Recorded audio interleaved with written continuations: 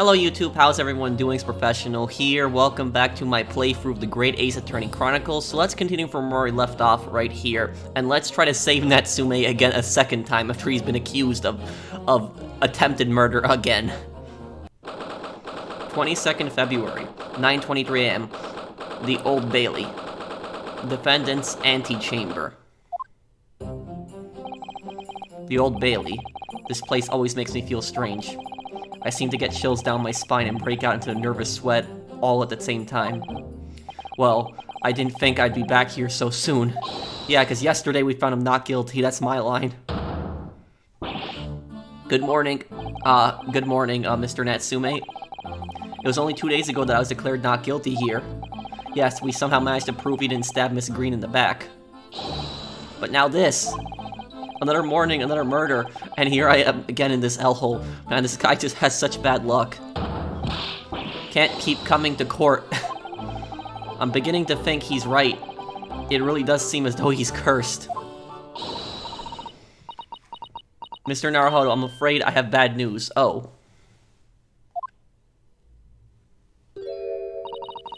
Mr. Natsume, good morning. Yes, morning. So here we are again. Yes, again. I don't know why Suzato's smiling. Judicial Assistant Miss Miko Toba Esquires, what's the bad news? Oh dear, you heard, did you? If you come in shouting at the top of your voice, people can't help hearing what you say. Oh, I'm sorry. You've done nothing wrong, Miss Suzato. Now, what is it? Well, it seems that the prosecution in today's trial, oh no, don't tell me it's Zeeks, will be led by Lord Barrack Van Zeeks. Oh. Van Zeeks? Ah! Oh no, no.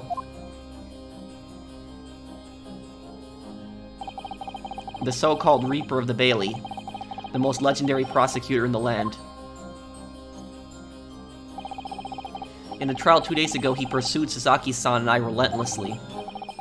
Of course, by the skin of our teeth. We managed to pull through, but still. Perhaps Mr. Natsume's acquittal in the last trial wasn't the end of the matter, after all.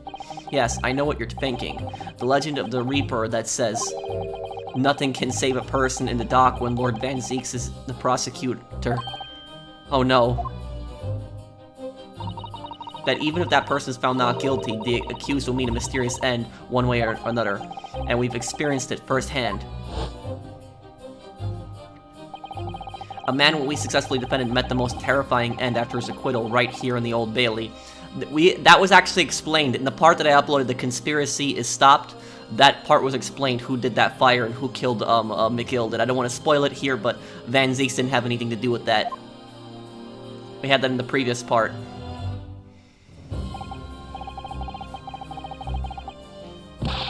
Sorry, my chair just keeps getting, keeps recording for some reason back here. Shouldn't be doing that. Okay, that's a little better. I'm sorry, guys, my chair just kept getting recorded back there, like a little, like, the camera kept, like, going off. Do I have to put up with these, with those ice-cold eyes boring into my soul again? Cursed by evil spirits and now by the Reaper. Petrifying perils, potentially. Well, if it's potentially, at least you appear to have hope, Mr. Natsume. Locum student, Mr. Naruhodo Esquire. Yes? I'm innocent. You have to believe me. You, more than anyone now. Don't worry. I'll be your steadfast ally every step of the way in this battle, I promise. And this promises to be a hard battle, I fear. Well, the trial is scheduled to begin shortly. We should move into the courtroom. Let's go. Oh yes, I forgot to say. I'm afraid he won't be able to make it. Mr. Sholmes, I mean. That's probably, for the best. Yeah, because he'll probably, he might make a dumb deduction in the middle of the trial. Oh. he was here, I might be tempted to rely on his help, and that could be seen as a weakness. If Lord Van Zieks were to notice, he'd prey on it mercilessly. That is actually a really good point. At least that's my gut feeling. Mr. Naruhodo. You're right.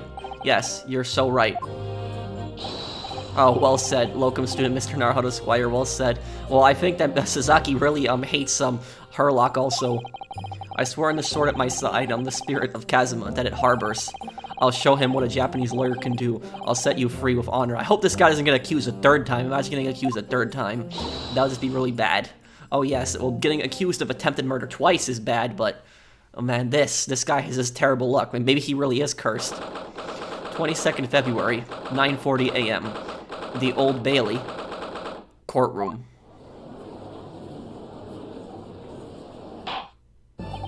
So the British court works a little bit different than the Japanese court. If you guys saw my previous part, but you didn't see the British court yet, the British court is comprised of 6 jurors, where the Japanese court is a trial by judge.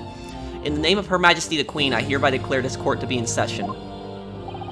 I now call upon the counsels for the prosecution and defense to declare their willingness to proceed. Lord Van Zieks' vampire cape again. The prosecution is ready. The defense is ready, my lord. Readiness for the trial, my learned Nipponese friend, is not what the defense needs.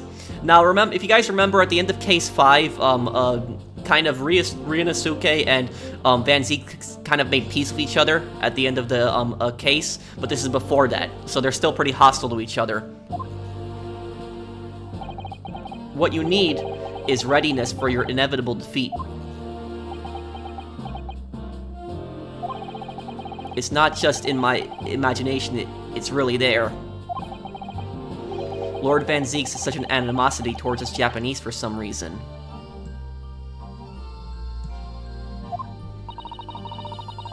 It was some time ago now that he first became known as the Reaper of the Bailey, I believe.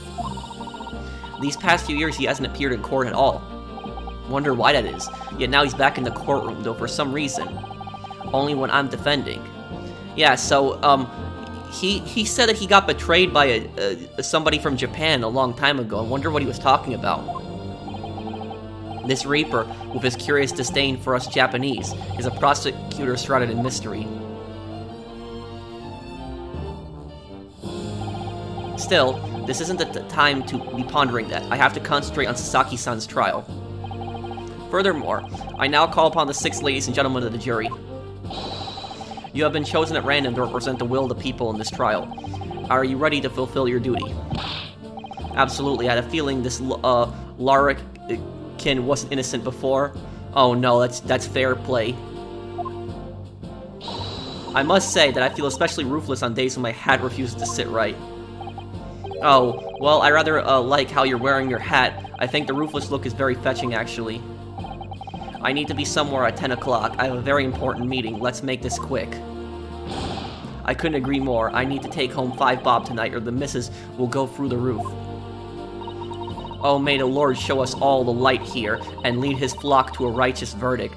Okay. The British jury system is so very different to our own, isn't it? It's quite extraordinary to think that the power of the judgment is in the hands of 6 members of the public, and that the judge can only pass sentence when all jurors are in agreement about the defendant's guilt. I have a bad feeling about this. A lot of these jurors are the same always. Like, is that like a coincidence, or is there something more sinister going on here? 6 citizens of London chosen at random, or at least that's the idea. The prosecution would draw attention to the fact that the accused was on trial here but 2 days ago. Now you see, you wouldn't really be bringing this up, because that case is irrelevant to this one, because it was proven that he had nothing to do with that. You know, I would raise an objection right away, saying that this is a completely different matter. That is irrelevant. You can't bring that up. You should really raise an objection over this. Accordingly, where possible, the same jurors have been asked to return for duty today. Okay, now this is a major objection here. This right here. This would not fly in court. This would not happen. So like Ace Attorney, there's some things that are realistic in this game. Like, I'd say probably the most realistic thing in this game is the lying. When people lie, and then you call them out on it, and then they try to create another lie to cover that lie, and then you call them out on it, and it exposes like this whole, like, you know, web of lies. That's kind of realistic. But like this with the jury, this is like really unrealistic, because this type of case that happened, this is so rare for something like this to happen, that somebody would be accused of attempted murder twice. It's not the same charge. It was 2 different incidents. The first incident he was found not guilty, and the second one we're now in trial for. The reason this wouldn't happen, he wouldn't go to trial, obviously, but you wouldn't have the same jury members. Some of them are the same jury members. You wouldn't have that happen, because the jurors could be biased at that point. Because some of the jurors could basically be thinking, they could be like, oh, maybe I made the wrong judgment last time. I'll make sure he's guilty this time. And they might have that idea right in their mind from the start that this guy's guilty, no matter what. And so that would be completely unfair. I would raise an objection over that. I would say you can't have the same jury members from last time. You have to pick out a whole brand new set of jurors, because they're going to be biased. They're going to remember the trial from last time. Very well, let us commence the trial. And in case people are wondering why I sometimes talk about court and stuff like that, it's because my degree in my college was law enforcement technology. I studied a little bit of law. That's what I was originally going to be. I was going to be a detective, and I possibly considered actually being a prosecutor one day, but I ended up doing YouTube. Lord Van Zeeks, your opening statement, please. Ladies and gentlemen of the jury, it is not the intent of the prosecution to cast doubt over your past decision. Now, you see this? Like, you're really not supposed to be bringing up that past incident. It has nothing to do with this. Because, you know, if people could do something like this, you could say, well, like, you know, this guy in the past did this, so then therefore that suggests he's guilty right now. Like, you know, sometimes that might be helpful to point that out, that somebody has a history of doing bad things, but, like, in this case, that incident is completely irrelevant to what's going on here. These are 2 separate incidents. However, the innocent verdict afforded to this eccentric Nipponese before has had dire consequences. So, you know, Van Zeeks knows that Natsume was not guilty the first attempt, the first trial. He knows he didn't do it, but yet he's still, you know, going along with that. Did the accused repent for his wrongdoings in that affair? Far from it. Well, he didn't do it.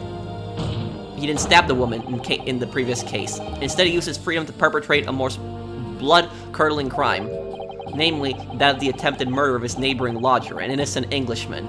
Now, I feel really bad for Natsume, really bad. To explain the circumstances of the crime, the prosecution calls its first witness to the stand. Oh great, who's this gonna be? Well, he's got the cape off, now he's being serious. The detective responsible for investigating the crime scene and the accused himself. Is there ever one point where he's not eating? And what is that? Like, some of you guys told me in the comments that's fish and chips. Apparently fish and chips, it's like a common dish in Great Britain. I don't really know what that is, though, if somebody could explain to me what that is, but the detective is constantly eating it. It looks like French fries to me. Witnesses, your names and occupations, please. Yes, sir.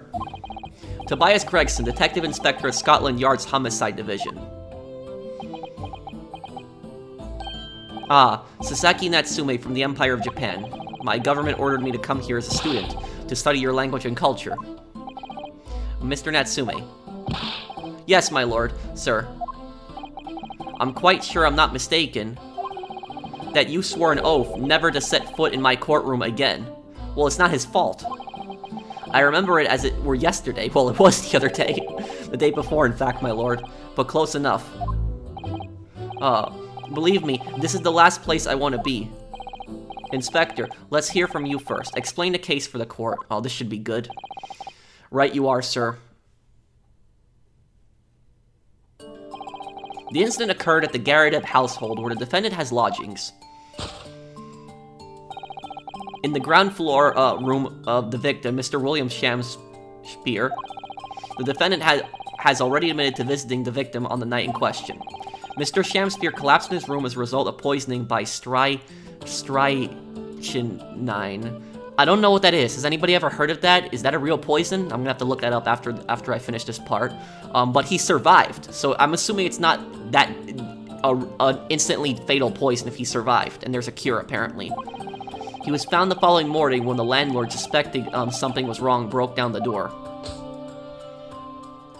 Well, it wasn't the landlord who broke down the door, that was Natsume. This means I presume that the door to the victim's room was locked at the time of the incident. Correct, my lord. It was locked from the inside, making entry to her exit from the room impossible. Although the victim, Mr. Shamspeare, lives to tell the tale. You know, I somehow feel like that brick window has something to do with this case. He verily nearly didn't. The man was halfway to heaven when we first found him. I was the first officer on the scene, my lord. And I have a photographic print here that I took at the time to show how it looked. Well, you know, the prints this time period wouldn't really have color, but that's, you know, part of the game. Yes, a chilling scene indeed. The man looks very much deceased. Now remember, in the last part, I told you guys that I thought it was suspicious that in his hand right there, the fork was still in his hand, because when somebody dies, they drop whatever they're holding. They don't hold it like that. Like, a lot of criminals are stupid, because when a lot of criminals kill somebody, when they try to manipulate the crime scene, they would try to put something in, like, the victim's hand. So they might try to make it look like the victim shot himself in the head or something like that, and they might put the gun in their hand. But the thing is, though, is when somebody drops dead, everything that's in their hands falls out of their hands. They don't just hold it when they're dead. Because, you know, when you're still alive, you're grabbing on the things. But when you're dead, nobody grabbing on there because you're dead. It's a body falling to the floor. So it's really unrealistic that a body would typically have something like, you know, grappling in their hands like that. So this, you know, that raises suspicion with me. I had no idea that the guy was alive, but it explains it, why the guy was holding the fork, because he's still alive. That's right, everyone present believed that that's exactly what he was. And then he got up. Very well. I shall accept this photographic print as evidence for the court. A photographic print of the scene taken by police upon their arrival. The victim can be seen unconscious at the table, having been poisoned. Now then, Mr. Natsume. Yes? As a defendant, do you have anything to say at this juncture? They're haunted. Haunted by evil spirits. Good gracious, what's haunted? My lodgings. There's been a whole series of strange happenings in my lodgings. The tenant before me died in mysterious circumstances. A woman was stabbed by no one on the street outside. Now, the thing is, though, that I think that's somehow relevant. The woman being stabbed, it's not relevant to this scene. That was just over a fight that Gyarados had. But the guy who died in the mysterious circumstances, there's something there. I don't believe that the lodge is cursed. There's something else going on there. My neighbor was poisoned. And me, what about me? I've nearly been killed countless times. Killed, Mr. Natsume? How? Even on that fateful night it happened, when I returned from Mr. Shamspeare's room. I lit my gas stove and climbed into bed. But before long, the stove went out, and somebody tried to kill me. What? He didn't tell us this. You must always extinguish all fires before retiring for the night, Mr. Natsume. But it's so cold, my runny nose would freeze. The point is, I didn't poison my neighbor. Oh, why am I being accused of this? Why is my existence so cursed? Thank you, witnesses. I believe I have a reasonably clear picture of events. Well, if they ever make an anime out of this, I really want to see Natsume's character in the anime. If I could raise one more point, my lord. One more. Conclusive point. Conclusive? Go on. Fortunately, the victim, Mr. Shamspeare, has regained consciousness after his ordeal, and he has named the true culprit. The poison consumed by the victim was administered in a cup of tea that he drank on the night in question. Tea, my lord, that was brought to the victim's room by the accused. Now, you know, the thing is, though, this is really bad now, this. If the victim accuses somebody else of trying to kill them, that is really, really bad. Because that's the victim. It's really hard to try to cross-examine the victim, because the victim doesn't really have that much of a reason to lie.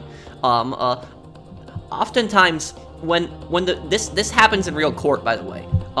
When the victim that survives, somebody tries to kill the victim, and the victim survives, and they name the person that tried to kill them. There have been instances in which the victim named the wrong person that tried to kill them. That's somebody that had nothing to do with it, but they named it. Why? Because they were mistaken. It's not that they are lying. When a victim says somebody else tried to kill them, but it wasn't that person, oftentimes it's not because they're lying, but it's because they were mistaken. They truly thought in their minds that person tried to kill them, because when somebody's trying to kill you, adrenaline's going through you, and a lot of this stuff might be like really like clouded on what happened or right before that. There was a case that I actually read about once when I was studying in school, and I even like watched a documentary on it once. Well, it was more like a TV kind of episode on like real events, but this woman had been actually stabbed multiple times, and she actually claimed that her husband had actually done that. But what had actually happened was, the real situation was that it was actually a serial killer. It was actually a complete random stranger. So there was actually a serial killer, and wait, it wasn't that she was stabbed, she was hit with a hammer. That's what it was. She was hit with a blunt instrument, repeatedly. And she thought in her mind that it was her husband that did that, because nobody else could have done that. She didn't imagine that there was somebody else in the house. What had happened was the husband went out to go get food at the restaurant. He comes back, finds his wife all bloody. His wife regains consciousness. She names the husband as the one who tried to kill her. And the reality is, it was actually a serial killer. A serial killer who had actually broken into the house and was actually just murdering random people in their homes. And so the serial killer was eventually found, but the husband served a few years in prison. And the husband was eventually released, but he served years in prison. And that was a really bad situation. So just because a victim names somebody as the killer, I know I'm talking a little bit about this point, it doesn't necessarily mean that that person did it. Oftentimes it could, but because they almost died, and poison is involved here. If poison is involved, you hallucinate, you start to pass out, different poisons have different effects. The person could think a lot of different things, and so in that person's mind, Shamspeare, or whatever his name is, he could be perfectly convinced that Natsume was the one who did it when Natsume isn't the one who did it. T, my lord, that was brought to the victim's room by the accused. The accused? Good grief. Okay, so now this is really bad too. The tea was actually made by Natsume, and the tea was the one that's poisoned. It's really looking bad for him right now. It's gonna be really hard to fight out of this. Order, order. Yes, that's the crux of this whole case. If Sasaki-san is innocent, then why? Why has the victim accused him? Well, Mr. Natsume, what have you to say to this accusation? That evening, yes, I did take some freshly brewed tea with me when I visited Mr. Shamspeare's room as a gift. The public water pump outside always freezes at night, so I brought bottled water especially to make it. And this is the result. Never will I touch tea again, never. The public pump was frozen, you say? That's not information we've heard before. That will do, thank you. Now, according to our laws, the defense must have the opportunity to cross-examine witnesses at least once. Therefore, I call upon these witnesses now for a formal testimony. I presume the prosecution has no objection. None whatsoever, my lord. Good. Then you will give your account of events on the night in question to the court now. Yes, my lord.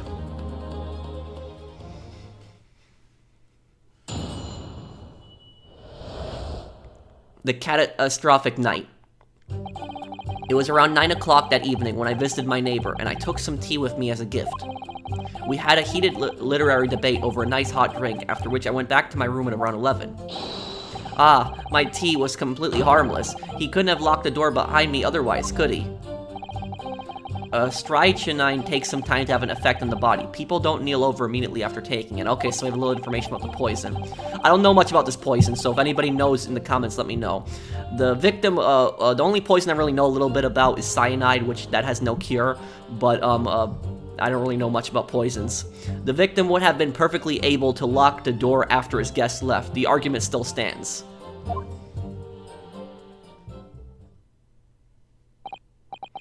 Yes, I see. It all seems relatively straightforward. Excuse me, but that testimony does raise one rather crucial point, I think. Mr. Natsume claims his tea to have been harmless, presumably, though. The teacups have been examined for traces of the poison, haven't they? Why didn't I think of that? Well, as it happens, no. We haven't been able to. Why is that? Okay. Did I hear you correctly, Inspector? Scotland Yard has failed to examine the suspect's substance? How could you have overlooked something so important? Isn't that the first thing you should have done? Exactly. My learned Nipponese friend is falsely incensed. The inspector said Scotland Yard was unable to examine the tea, not that it was overlooked. Unable. Why? It's simple enough. There was none left. Not a drop. Okay, well, you know, this is nonsense. Now, even though I don't know much about poisons, I can tell you that and also, poison is a very rare murder weapon. It's really, really rare.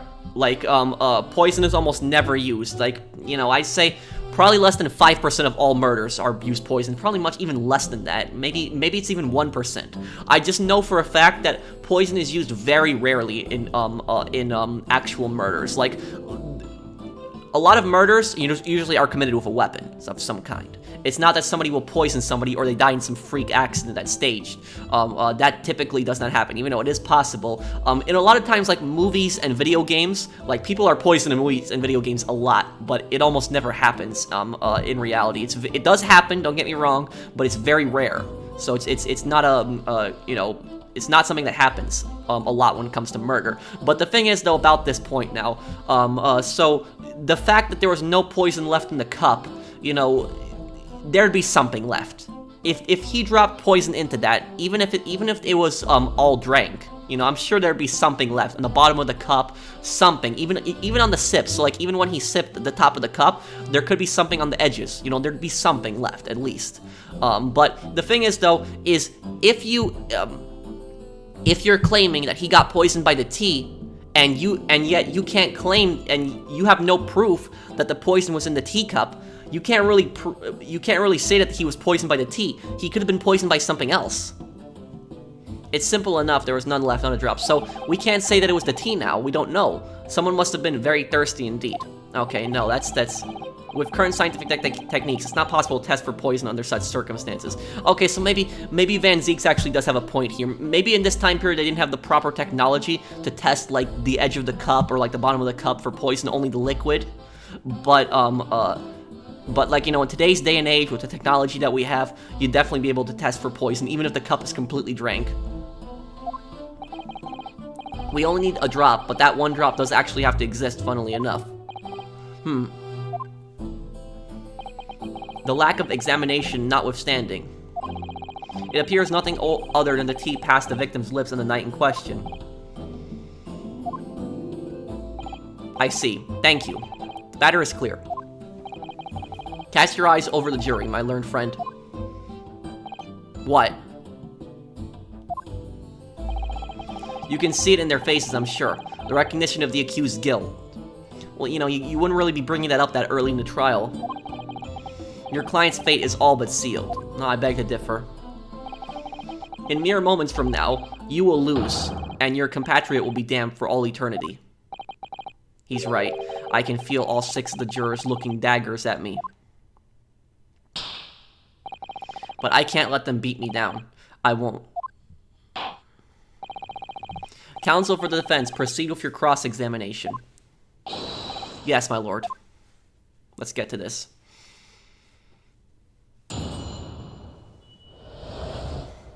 The Catastrophic Night.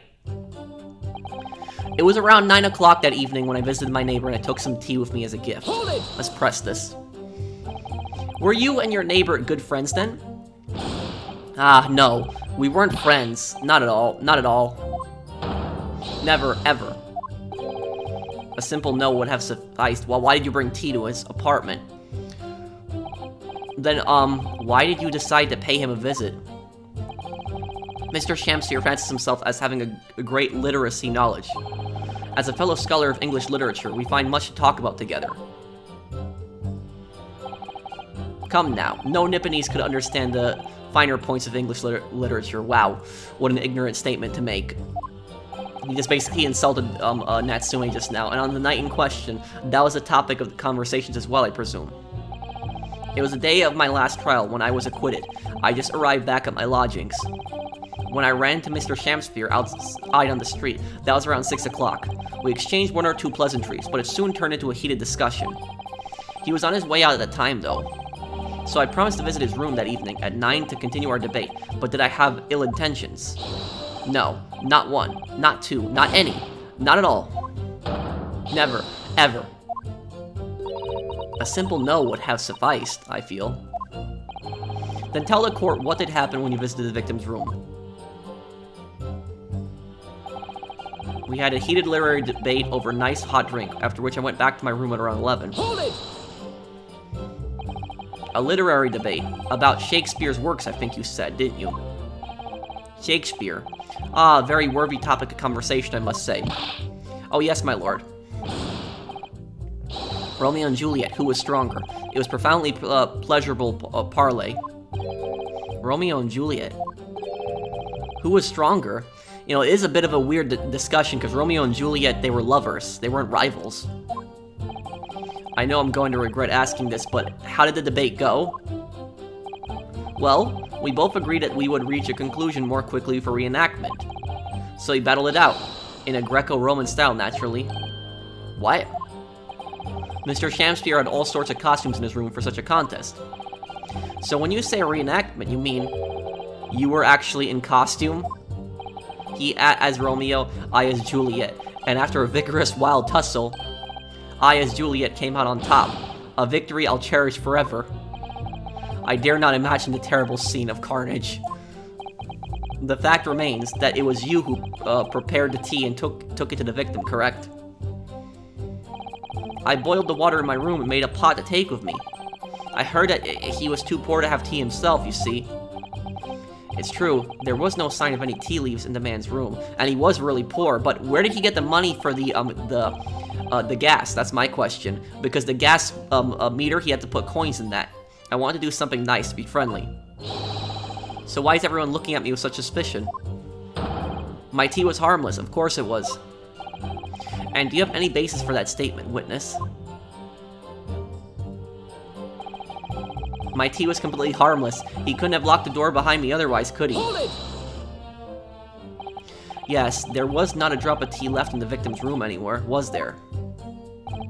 That's correct. Anyone would think the fellow had never had a pot of tea before. He must have licked it dry. Which is a pity, because one drop is all we would have needed to analyze it for poison. And you say that you returned home to your room at 11 o'clock, Mr. Natsume. Yes, definitely. By heaven and earth, I swear it. The landlord was able to verify that as it happens. He confirmed that the defendant went back to his room at 11 that night. And how is the landlord able to attest to this?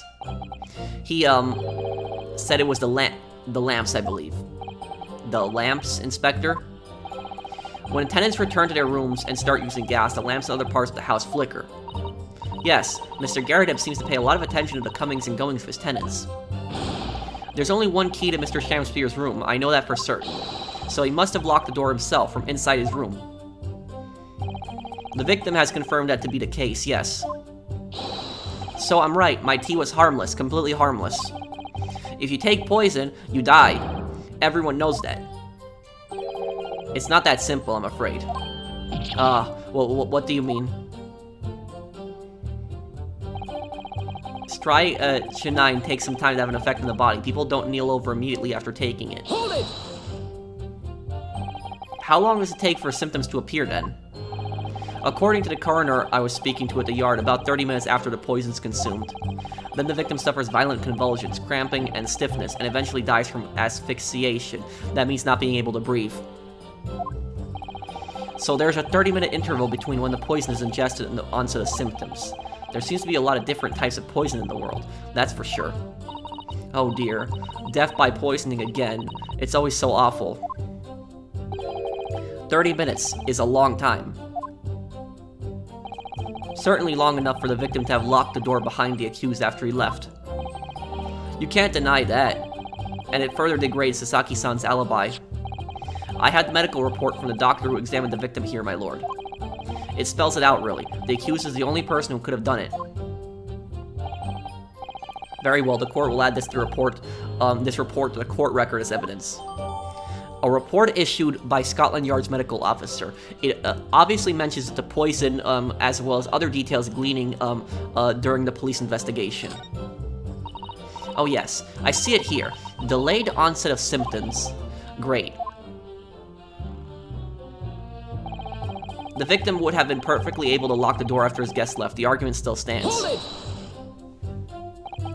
The argument still stands, you say. This is what Mr. Natsume has been saying, isn't it?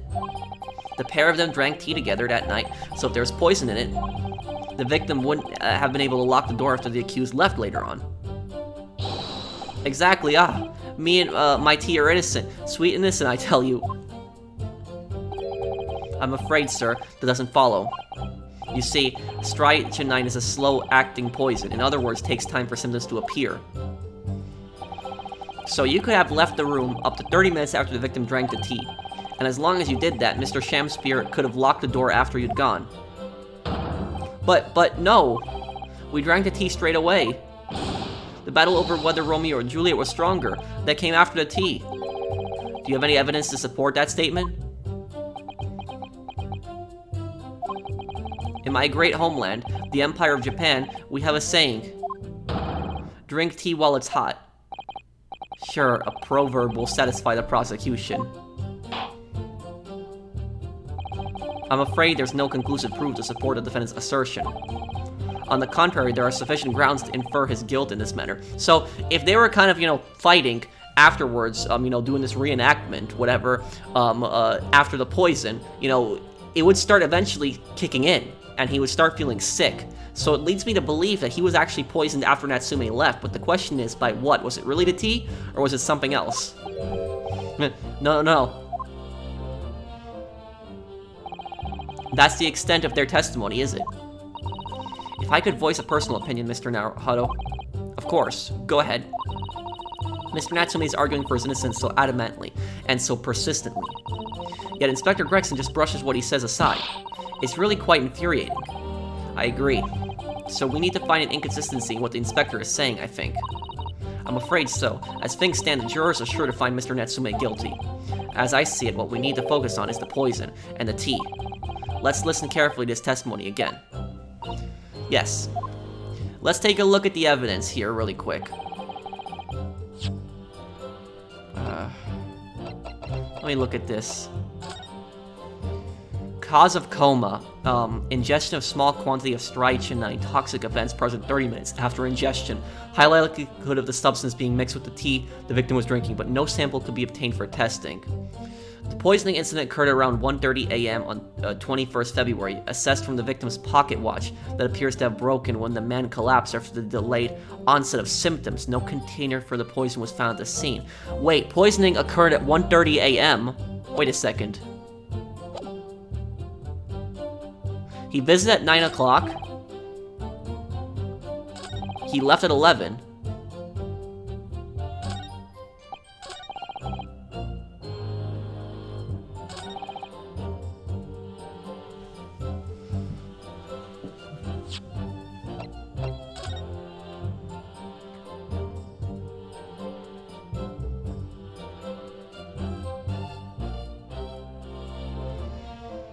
Is there any way to tell the time?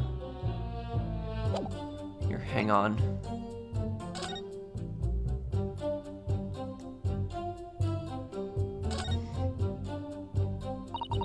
This is the teacup from which Mr. Natsume was drinking. Yes. Unlike the other one, the inside of the cup is completely clean. I suppose he must have drunk the contents before the tea had a chance to leave a mark. I always gulp it down too. Sorry, Mr. Naruhodo. Well, if you just sip it little by little, it goes cold. Clearly, I shall have to instruct you in the proper way to take, tea. The teacup's used by Mr. Shamspeare's Natsume. There is no tea ring on the inside of Mr. Natsume's cup.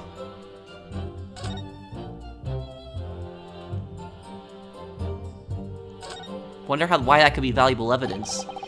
This must be the cup that Mr. Shamspeare is drinking from then. It's stained on the inside. Tea does that, I'm afraid, even green tea. Oh really? I've never noticed before. You never noticed? Well, I never leave it in the cup long enough to leave a mark. I like to gulp it down. Drink tea while it's hot, that's the Japanese way, isn't it? Oh dear, so many people seem to have the wrong idea about our culture, and most of them are Japanese.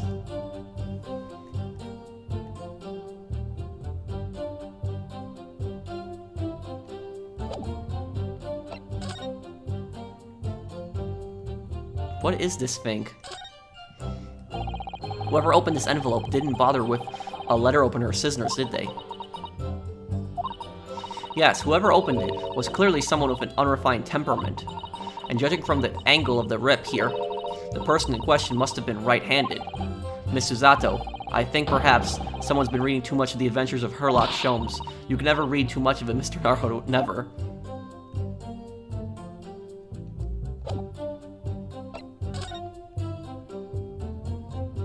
What is this thing for? Oh, what is it, Mr. Naruhodo? This bar of soap, when we first found it, I could have sworn there was some sort of round disc in this depression here, a reddish one. Yes, you're right. I remember it too. But now, the depression is completely empty. Where could the disc have gone? The cheap bar of soap discovered just outside Mr. Shamspeare's window, the little reddish medallion from the center has mysteriously vanished.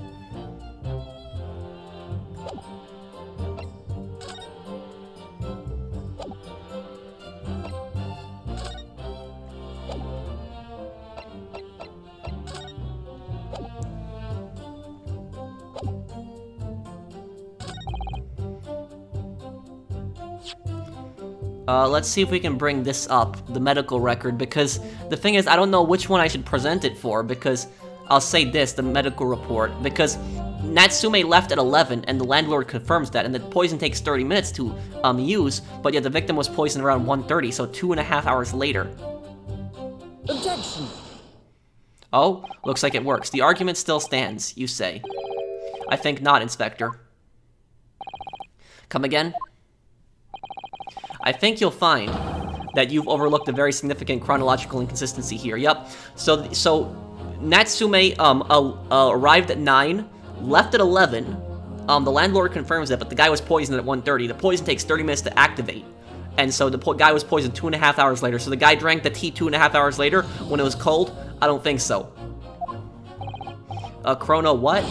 What are you on about? According to this report, the victim must have consumed the poison around 1:30 in the morning. And yet, the defendant, Mr. Natsume, left the victim's room at 11. Ah. Yes, that's right. There's more than 2 hours of missing time there. He's speechless. In other words, if there was poison in the tea that Mr. Natsume brought to the victim's room, how could the victim have fallen ill to it 2.5 hours, 2.5 full hours after the defendant left? I wonder what Van Zeek's counter is going to be to this. The defense's argument is entirely reasonable. How do you respond, Lord Van Zeeks? Oh no. Come on, dude, can you please stop drinking in the court? And please don't throw any more glasses in here.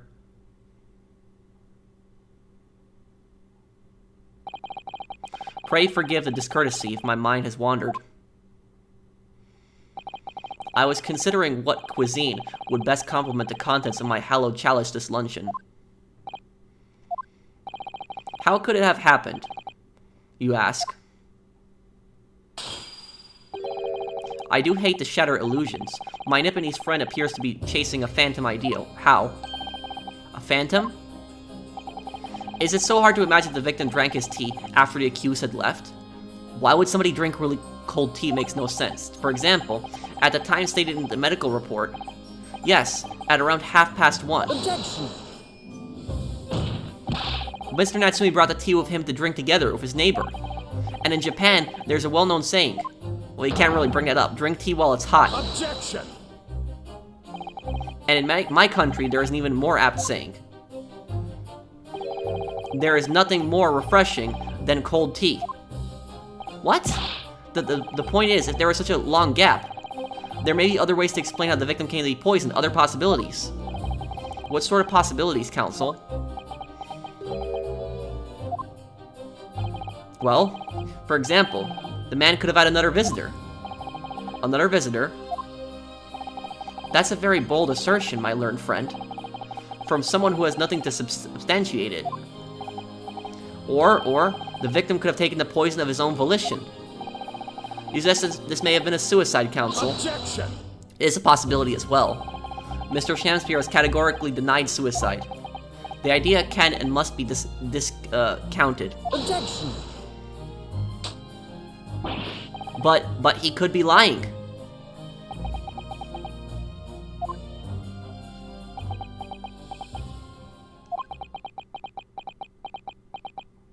Yeah, he just accused the victim of lying. That's bad. Is something wrong, Lord Van Zeeks? I was listening to the sound of the carriage pulling up outside the courtroom. Pray, forgive the discourtesy. Carriage? What carriage?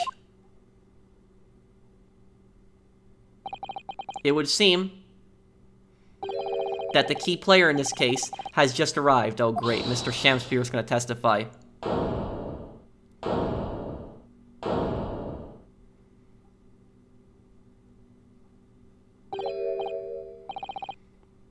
Out, out, brief candle, life's but a walking shadow.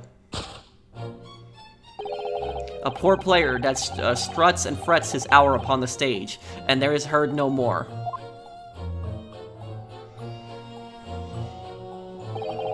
It is a tale told by an idiot, full of sound and fury, signifying nothing.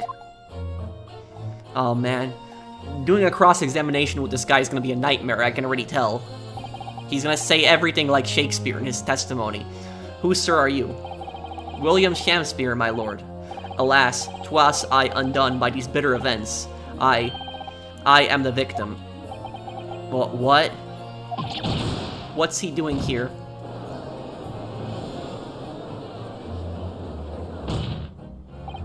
The prosecution seeks to call this gentleman to stand. With his testimony, my learned friend's futile resistance will be utterly crushed. You're calling him as a witness. Very well, counsel. I grant your request with interest. I'm curious to discover what the court shall hear from the victim himself.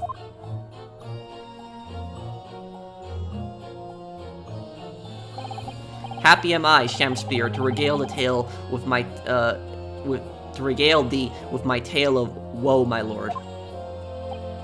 But I still have my own tale to tell, my own tale of worse woe.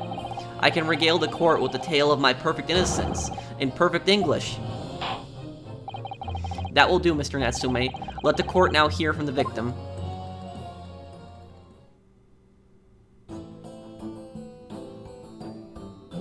Who's this guy? We've seen this guy before. We've seen him on the street looking into Mr. Natsume's window, and we've seen him also in case 4. He was arguing with Shamspeare on the street. Alright, so it's Mr. Shamspeare, but who's that other man besides him? We saw him run away. Yes, I think. I feel sure that we've caught a glimpse of that man before. State your names and occupations for the court, please, witnesses. A writer of words so sweet, they do scent the breeze. An inventor of ideas so profound, they compose the earth. Oh man, this guy is gonna be the most difficult person to cross-examine. The unrivaled poet, the unmatched scribe, William Shakespeare. I'm surprised Lord Van Zeeks doesn't even tell him to speak normally. Or the great bard to be recalled to life anew. Lo, what a magnificent man. Good fellows, I am he who ponders such a miracle, William Shamspeare. Oh, the name's Meterman. Adron, B. Meterman. I wonder if he has anything to do with the heat meter. I work for the Altamonte Gas Company, East End Branch Office.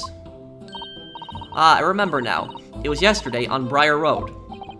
Oh yes, she's right. It's him. Oh, what's this? Yup, that was him. We saw him there. He was looking... What's that man doing over there? He looks like he's trying to see into Sasaki-san's lodgings. Is something wrong, Mr. Naruhodo? Excuse me, could we have a word? Ah.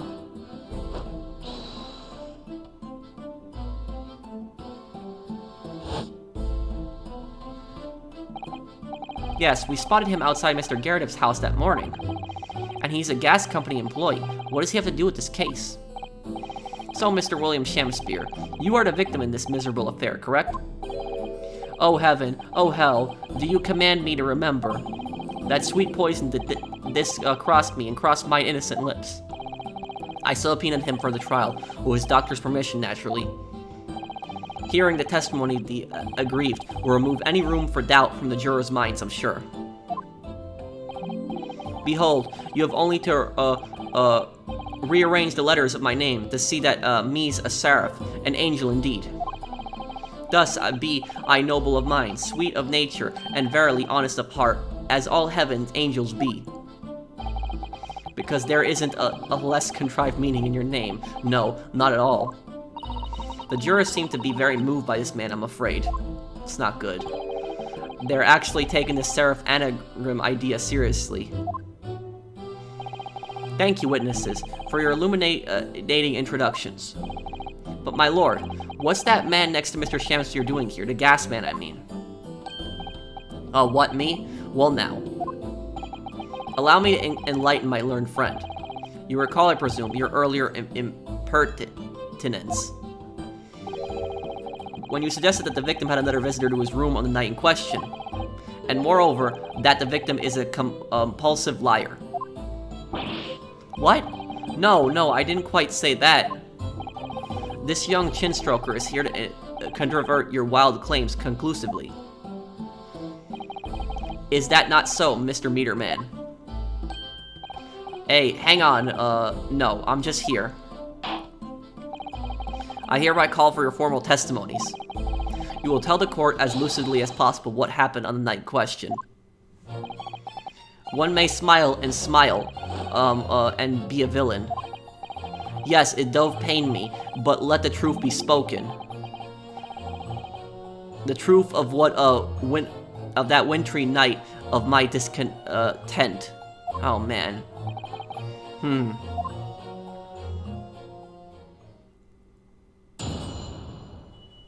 I have a bad feeling about this. The wintry night of my discontent. I like how the game just writes the title the way he said it too. Oh, I didn't mean to hit auto. Okay. The snow lay about. My neighbor did cometh in the evening, bearing a gift of tea. But Mary, bitter was his drink, and when he left, I did fall prostrate on my table. 'Twas the tea alone did pass my lips that late hour, naught else. I was outside this bloke's window in the freezing cold all night, keeping an eye on his room. No one else visited his room but that short little round-backed Eastern fella. Now you see, I really don't like what he's saying here. Why was he outside his room? In the cold? I really don't like that statement. Wait, what did you say? You were keeping an eye on Mr. Shamspeare's room all night? That's right. Of course, the bloke's window is all but blocked up, isn't it?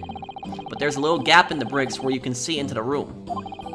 So I spent the night trying to keep my teeth from chattering as I peered in through that. The question is, sir, why? Well now, that's because he's on my list. What a piece of work is a man. Wherefore wouldst thou not stare in wonderment? What are you talking about? Yeah. This buzzing, busy body hath not part in this play. I pray thee, pay him no heed, make no more ado about his tedious words. What do you say about me? Calm yourself. This court is concerned with what happened on the night in question. Nothing more. Indeed, that is so. And, as the testimony we have just heard clearly reveals, there was no one other than the accused present at the time who could have carried out this crime. Meterman said that Shamspeare was on his list. What does he mean by that?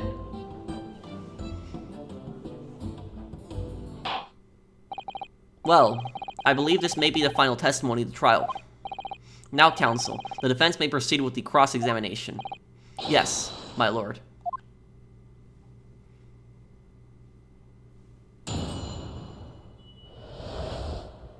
The wintry night of my discontent. The snow lay about, my neighbor did cometh in the evening, bearing a gift of tea. Hold it! To be clear, by neighbor, you are referring to the defendant, Mr. Natsume. Oh, indeed, sire. Perchance thou wouldst that I call him the man from upstairs. And at what time did the mustache Nipponese visit you in your room? Our meeting was promised for the hour of 9, and lo did he come to tender a gift of fragrant tea. Details which are in accordance with the defendant's own testimony, yes. And we were embroiled in such a literacy debate as history have not seen before. By which I presume he means their discussion about who was the stronger, Romeo or Juliet. I, Shamspeare, did play the part of young Romeo, whilst my neighbor played the fair Juliet. Each of us dressed as as would our characters be to bring weight upon our merry experiment. I dare not imagine the scene. Frailty, thy name is woman. Canst thou imagine how dismayed I was? Yes, I heard of the eastern art of jujitsu, but ne'er did I dream 'twas would be a skill practiced by the comely maiden. Juliet beat Romeo up. This is not helping our case. I believe the court has heard enough about your earth-shattering literary debate. Perhaps you could reiterate your statement about the tea that the accused brought to your room. My liege, I am thy servant. Gladly I would do thy bidding.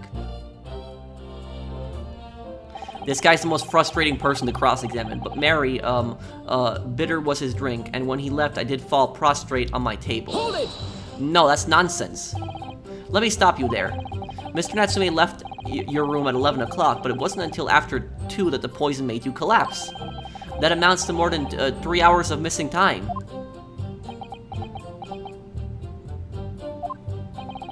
If the defendant had really put the poison into your tea, that 3-hour window of time is something you're going to have to explain. Exactly. Gladly. This an easy task. What? I did drink of the tea not while my guest did starry, but after he took leave of me. Faith, 'twas stone cold, but at 1 hour post midnight, verily were my lips parched. Objection! That doesn't sound normal. Nay, 'tis quite ordinary, sire. After all, thou wouldst recall our fiery debate. Amidst such argument, there'd be no time for fiery tea. Romeo and Juliet again, and who is stronger? Mr. Shamspeare, in summary, allow me to confirm. Did you not come here with the intention of naming your attacker? But of course, my liege. 'Twas the stooped lover of words that attempt to shuffle me off this mortal coil. We all know what that means. 'Twas the tea alone did pass my lips at late hour, not else. Hold it! So, you didn't have any kind of evening meal, dinner, supper? Ha! Fie on luxury, fie on gluttony. To eat thrice daily is but a waste of time. Eating is a waste of time, sorry? I would that my belly were full, no more often the sun doth rise. Well, most heroic eating habits, I must say. Night and day do I fill my hours with learned study of the great bard and playwright. Here is it that there doth not in my chamber be then the costumes of mine art.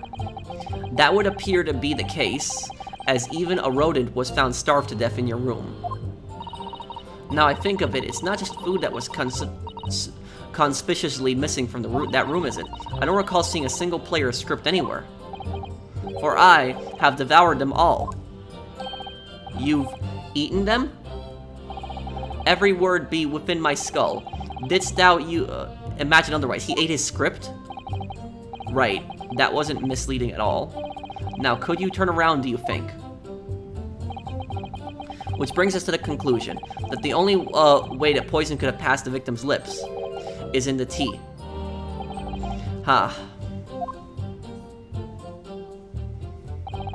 I was outside his bloke's window in the freezing cold all night keeping an eye on his room. Why? Hold it!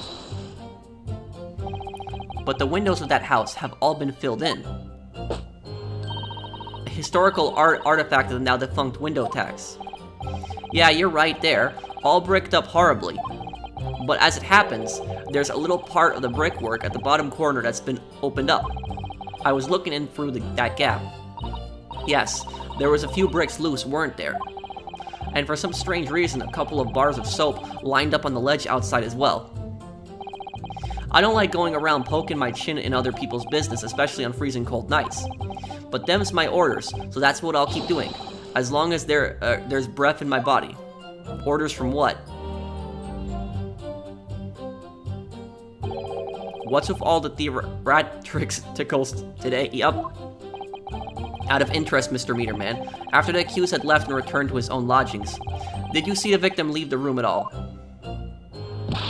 No, he never left. He was in that room the whole time as far as I'm concerned. and we can therefore discount the possibility of suicide. How can you be sure of that? The police carried out a thorough investigation of the scene and found no receptacle for the poison. And since we know the victim didn't leave his room, and hence didn't dispose of the poison's container himself, it's clear that this was no attempted suicide. Only the culprit could have removed the receptacle. Ah, yes. Lucidly explained, counsel, thank you. It really was. You can't argue with that logic. No one else visited his room but that short little round-backed Eastern fella. Hold it! You say a short little round-backed Eastern fella, so you can't be sure it was the defendant then. Objection! How many other short little round-backed nipponees of a mustache do you think there are in London? Well, of course, it's only a narrow gap and it was quite dark, so I didn't notice the mustache. But he showed up at around 9, so I'm pretty sure of myself. And when the person you saw arrived, did he and Mr. Shamspeare drink tea together? Nah, sorry, I couldn't say. Why not? Because I couldn't see into the room that well, could I? But what I did see was a silhouette of that little round-backed fella wearing a pretty dress. Then the pair of them started some kind of wrestling match. I tell you, I didn't know what to make of it. Huh. I suppose that was the Romeo and Juliet championship battle getting underway. Mr. Meterman, allow me to confirm one final time. Apart from the accused, can you state with certainty that no one else visited the victim on the night in question? No question. A gasman's honor. Okay. Hold it, what?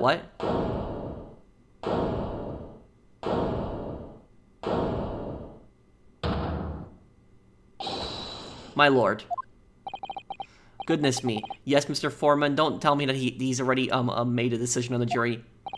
I've kept my mouth shut and listened up to now, but this has gone on long enough. Are you all with me? Oh no. Yes. Are we to understand that you, ladies and gentlemen of the jury, are in agreement with one another? That you've reached a unanimous decision? Too right we have. Are you all with me? Yes, oh no. Wait, no, the defense is in the middle of a cross-examination. To be honest, I was holding out a bit of hope for you, young man. Especially after you identified those few hours that followed the accused leaving the victim's room. Yes, the 3 missing hours, you put it. But in the end, what difference do they make? None as far as I can see. And since that's now apparent, there's really no reason to delay your decision any longer. Like I was saying before, if I don't take 5 bob home with me tonight, the missus will blow her top. What's that? Sorry, I didn't quite catch what you said. Very well, let the court be apprised of your decisions. You can't make a decision yet when the cross-examination isn't even finished. Ladies and gentlemen of the jury, you have to wait for end arguments as well.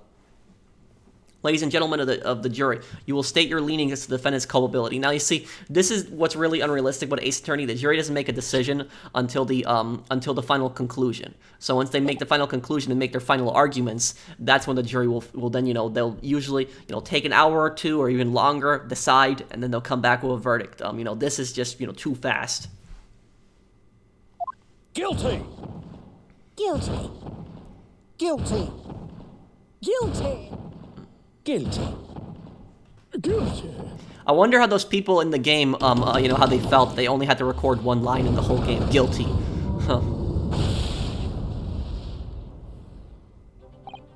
Huh. All of you. Well, it would appear that the jury is indeed unanimous. Well, I guess it's time for a summation examination. So, this time at least, it seems justice will be done. All's well that ends well, as they say. This calls for a toast, I feel. To the guilty being punished.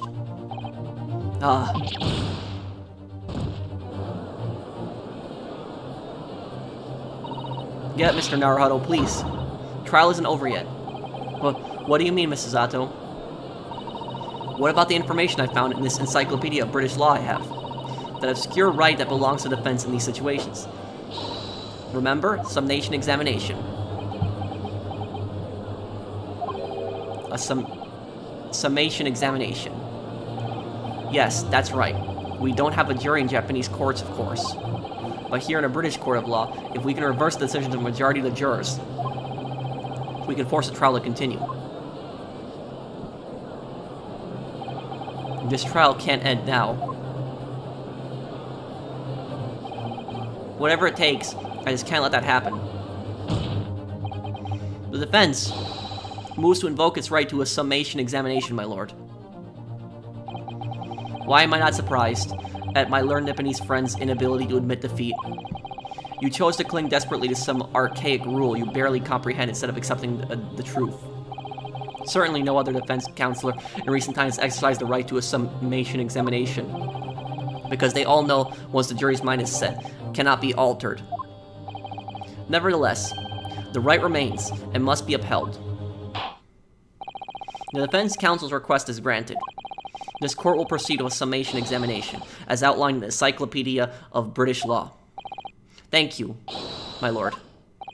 Are you and your fellows prepared, Mr. Foreman?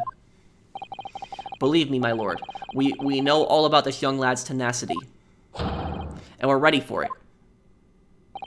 Very well. In that case, ladies and gentlemen of the jury, I hereby call upon each of you to state the grounds upon which you find the defendant guilty of the crime for which he stands accused.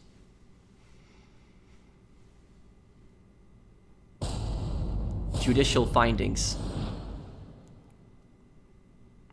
The jurors' contentions. The victim may not be well off, but he's a noble man and straight up. There's no reason to doubt the man. Well, I do declare the good gentleman has no reason to lie. In fact, I think he's rather splendid. Just look at the accused by comparison. He's Japanese, stoops all the while and has a mustache. Very fishy.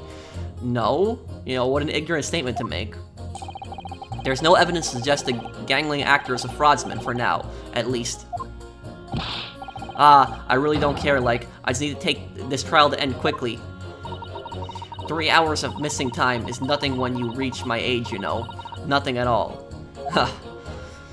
You know, that fifth juror, when he says, I gotta get out of here, I work, like, you know, no. You know, somebody's life is on the line in this trial. I knew it, every single one of them seems completely convinced. It would seem that all the jurors have come to the conclusion that Mr. Shamspeare is a fine, upstanding, and honest citizen. Well, then there's something about him. If you ask me, they've all been bewitched by his strange theoretical movements. And sadly, nothing Mr. Natsume said appears to have registered at all. Well, here goes. Let's not forget. I've pleaded with the jury on Sasaki-san's behalf before it worked, so you never know. Before we begin, it might be an idea for me to remind you exactly how a summation examination works, Mr. Naruhodo. Uh-oh. Well, you're still very new to British law, after all. That's true, I suppose. And Sasaki-san's fate is entirely in my hands now, too. There's always a chance I might have forgotten some crucial detail. Perhaps I should hear Suzato-san out. I wonder, should I let her take me through it again or not bother? No need. I remember everything. Thank you for the kind offer, Miss Suzato, but I've been through plenty of these summation examinations already now. I think it's important that we don't delay the start of any longer than necessary. Of course, I understand, and I'm quite sure you're right. If you're confused by anything at any point, you can turn to me for advice whenever you like. I'll be here for you. The key to this is really listening carefully to each juror's statement. So basically in the summation examination in this game, we're going to listen to each of the juror's statements and we're going to try to contradict them with one another to try to change their decision. Finding two that are contradictory and pitting the corresponding jurors against each other. Without further ado, please, counsel, proceed with the summation examination.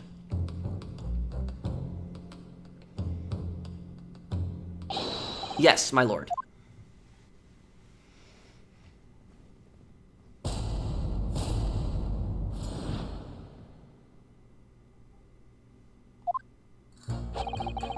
The victim may not be well off, but he's a noble man and straight up. There's no reason to doubt the man. Hold it! Well, there are plenty of people in London who seem noble, but poor. Couldn't some of them also be liars? I've no doubt about it. Like that shaky client of yours, for example. Absolutely not. Mr. Natsume is no liar.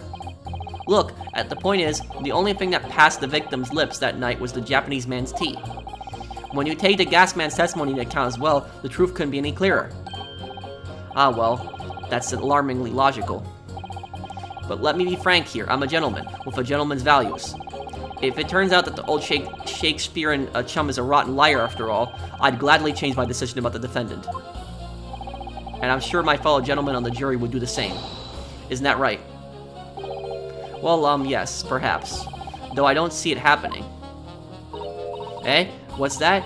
Elderly gent on the end here, you know? You'll have to speak up. Look, I really don't care about all this nonsense. I just need this trial to be over. No. You know, somebody's life is on the line. How many gentlemen do we actually have on the jury, then? Alright, sir. I may hold you to that. Don't forget what you said. So if we have to prove that Shamspeare is a liar, but how do we do that? Well, I do declare that good gentleman has no reason to lie, in fact. I think he's rather splendid. Hold it! Are you saying you believe the man to be trustworthy because he's rather splendid? No, that's not what I said. The point is, the man is the victim here. What reason would he have to lie? And yes, he is rather splendid. So you say, yet again. Meanwhile, the man who stands accused behaves so suspiciously. It's exhausting to look at him. I'm afraid he's not splendid at all. Splendid logic there, madame. Thank you so much.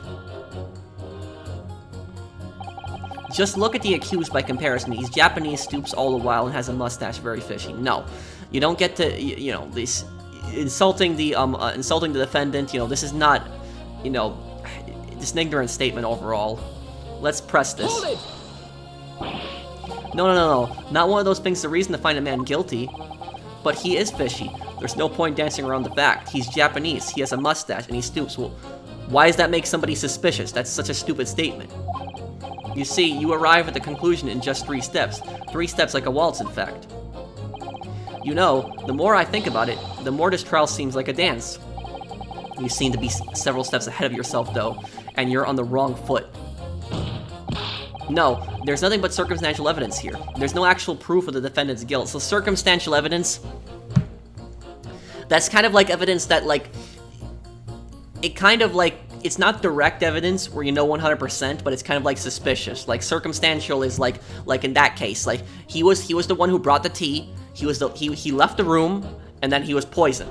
So it's kind of suggesting that Natsume is the killer, but it's not 100%. So, you know, a case on circumstantial evidence is really hard to prosecute. But the victim's version of events is backed up by what the big chin man next to him says, isn't it? Well, he could be a liar. 1, he saw the Japanese man there. 2, he saw no one else. And 3, he saw the Japanese man there. Oh. That's another 3 steps. All this really does seem more and more like a waltz, doesn't it? Right. And the prosecution will waltz its way to victory if I let you speak much more. There's no evidence to suggest that the gangling actor is a fraudsman, for now at least. Hold it! A fraudsman. What do you mean by that, madame?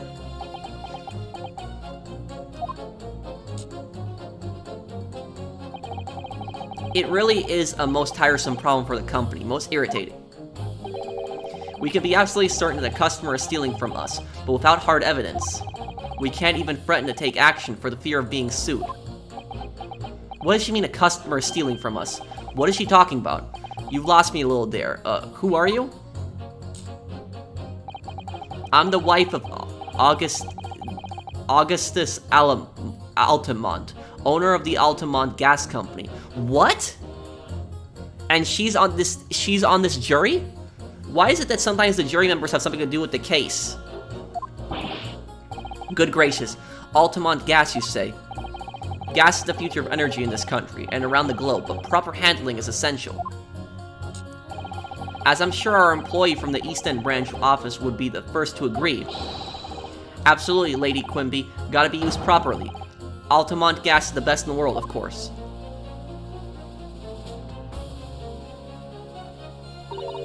Ah, I think we may have solved the mystery of the bow from earlier, Mr. Naruhodo. Right, he bowed in deference to his employer's wife, did he? Ah, so, Would I be right in assuming that the reason Mr. Meterman was watching what Mr. Shamspeare is up to in his room? I'm afraid that there's no end to the lengths the population of the East End will go in order to steal our gas. So I really have no choice when the company identifies somebody as a possible fraudsman. But to dispatch a worker to watch the suspect day and night, we're very thorough in our investigations. So you mean Mr. Shamspeare is... I wouldn't come out and say it in public, but you can finish that sentence with a gribbly little gas thief. You have noticed the public gallery in here, have you? The eye of man have not heard. The ear of man have not seen. Faith, wouldst thou wound me with thy words, were I to let them penetrate the skin? But seraphs hear not insults, only chores of angels in song. We may not have evidence yet, but my workers won't stop buzzing around around you until they find it. And when they do, you'll find yourself blasted back to your angelic heights in an Altamonte gas explosion. So this gas company has something to do with this case. I wonder if they have something to do with the man who mysteriously died beforehand. There was a mysterious death. I wonder if that had anything to do with the gas in the house. So, you know, this gas company provides heating to the house, this lodge through pipes. And the fact that she's on the jury here, this wouldn't happen. You wouldn't have somebody like this on the jury, somebody that is possibly connected to the case like this. This wouldn't happen. So Mr. Shamspeare has been stealing gas. I wonder, juror number 4, if you wouldn't mind adding that information to your statement. My pleasure. Was it the bit about ripping the thief apart you enjoyed? A little before the part about abject violence, if it's not too much trouble. Yes, of course. This could be it. This could shift the balance. The victim puts on a fine performance, but in reality he's a common thief of my company's gas. Hold it! That's a bold claim. How can you be so sure? It's really very simple. Noble lady of gas, I pray thee, hold thy tongue. He's telling her not to speak. I beg your pardon. Have that rank odored air, that thou our darkness, illuminate any place in this assembly. Nay, this of sole import here, that someone wouldst extinguish the light of mine own life. Now look, remember how I said earlier in the trial, he's apparently really poor. So how is he constantly, you know, able to pay for the gas?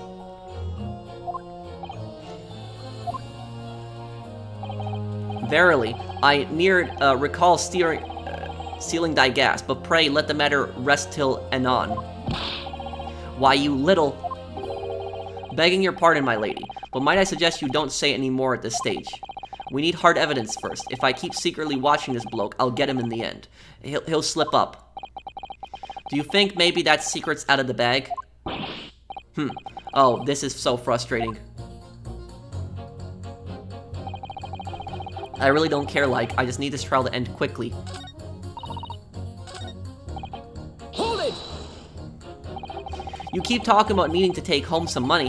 What's that all about, sir? Finish, last. That's what it's about. What's that? I'm talking about the Derby at Hyde Park, aren't I? It was the Queen's Cup last week, wasn't it? Ah. A Derby. It was a dead cert, that's the thing, I couldn't lose. So I took my wife's secret savings, like. But then, the hopeless old mare went and did the unthinkable. Ah, that stupid finish last. Oh dear, I think it's clear what happened, isn't it? He bet his wife's money on a race.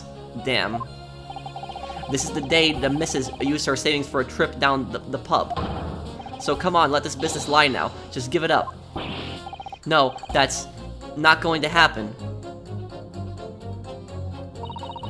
3 hours of missing time is nothing when you reach my age, you know. Nothing at all. Hold it! What do you really mean by that, sir? Well, I'm not one to boast, but I get up at 5 every morning, I do. That's usually the time I go to sleep, sometimes even later. At 5, you're really early riser then, aren't you? What's that now? I said you're an early riser. Oh well, I wouldn't say that. I mean, I like to while away the hours in the evening reading books as well. But by about 2 in the morning, I'm usually too tired to go on. He sleeps at 2 in the morning and gets up at 5. That's 3 hours of sleep. Oh my, that means he only has 3 hours of sleep each night. What's that, dear? Only 3 hours of sleep each night? That's right. You see, 3 hours of missing time. Like I said, it's not much, is it? This really isn't helping. The key to summation examinations is identifying contradictions between juror statements, Mr. Naruhodo. Right, and once I've found 2 jurors whose statements can't coexist, I need to pit those jurors against each other. Then hopefully when they see what they're saying doesn't make sense, they'll change their leaning. Yes, and if you're able to change the minds of the majority of the jurors, the trial will continue. But conversely, if you're unable to do that, the judge will declare the trial over and move to adjudication. And I can't let that happen. Somehow or another, I have to turn this trial around.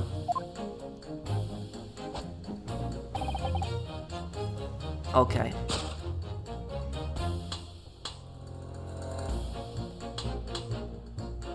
We're gonna pit him against the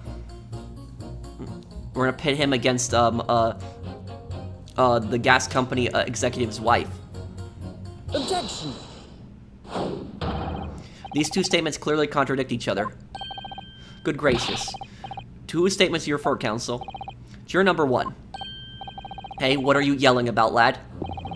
I presume you've heard juror number 4's statement, made by the wife of the owner of Altamonte Gas. Well, yes. The victim, who you claim to be a noble, straight-up man, in fact, turns out to be a common thief. So the good lady says, but there's no evidence, is there? You and I both heard them say as much. It's true, we don't have evidence as such, just yet. But the claims aren't baseless, you know. What? You heard me.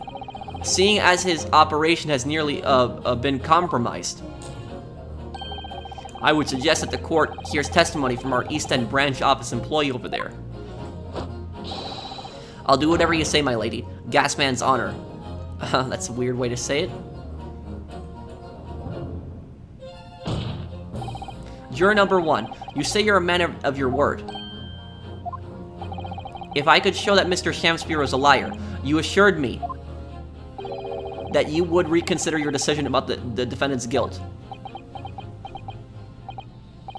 Yes, I did say that. And as a man of honor, I'll hold to it, as I'm sure the other gentlemen of the jury will. Me? Oh, well, yes. Now that we found out the man's a liar, perhaps we ought to consider the matter further. Well, if I'm perfectly honest, I haven't heard half of what you've all been saying. So if this means you'll recap a few points, this would shoot me down to the ground. Oh no, I'm not having any part of this. I want this trial over and done with. In that case, I shall change my leaning. So, Mr. William Shamspeare, if that is your real name, we of the jury demand to know exactly what kind of man you really are. There we go, we got 4 jurors to change their mind. That's 4 jurors. 4 not guilty. Yes, Mr. Naruhodo. Victory.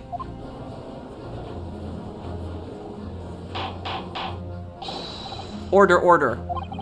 Well, this is quite extraordinary, I must say. As a result of the defense's summation examination, the jury's leanings has changed. Now only 2 jurors say guilty, whilst 4 say not guilty. I therefore declare this court to be in a state of disaccord, and order the trial to continue. Thank you, Judge. Oh, he's not gonna be happy.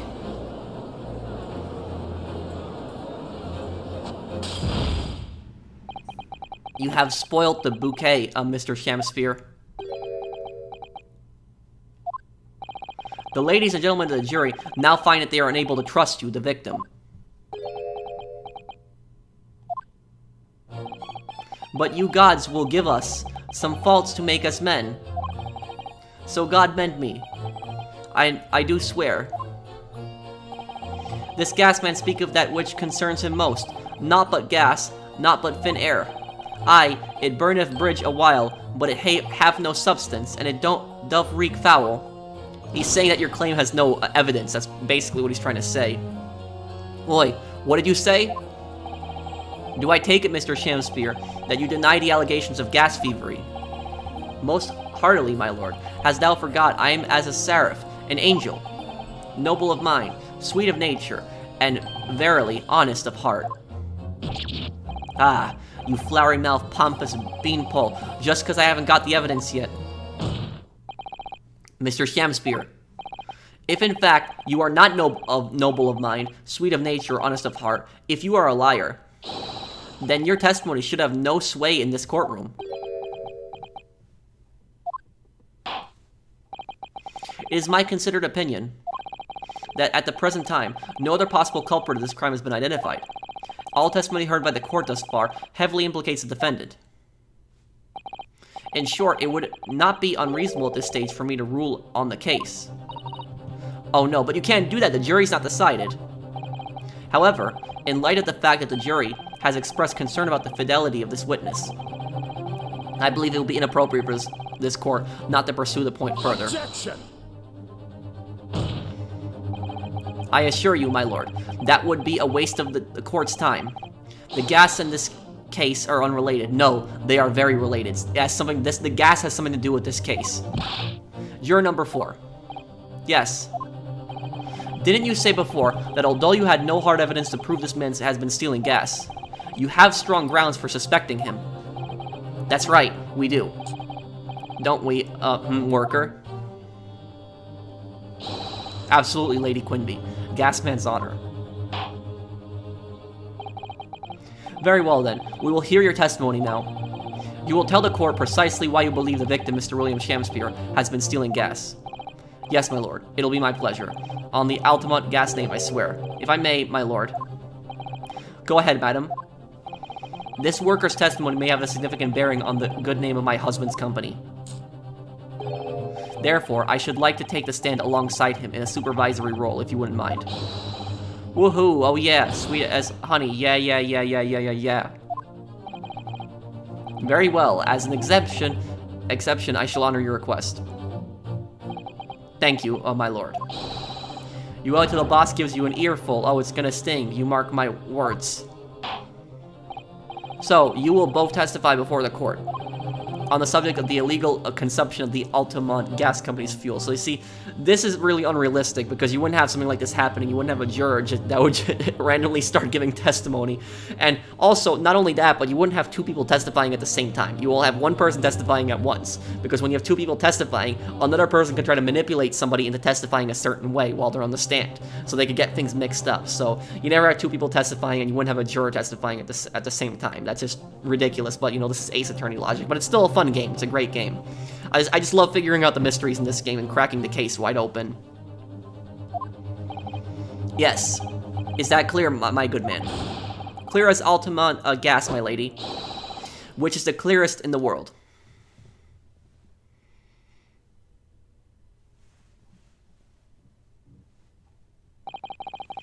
Do you think that the gas has gone to his head, Miss Susato? I think the man is just a very dedicated employee, Mr. Naruhodo.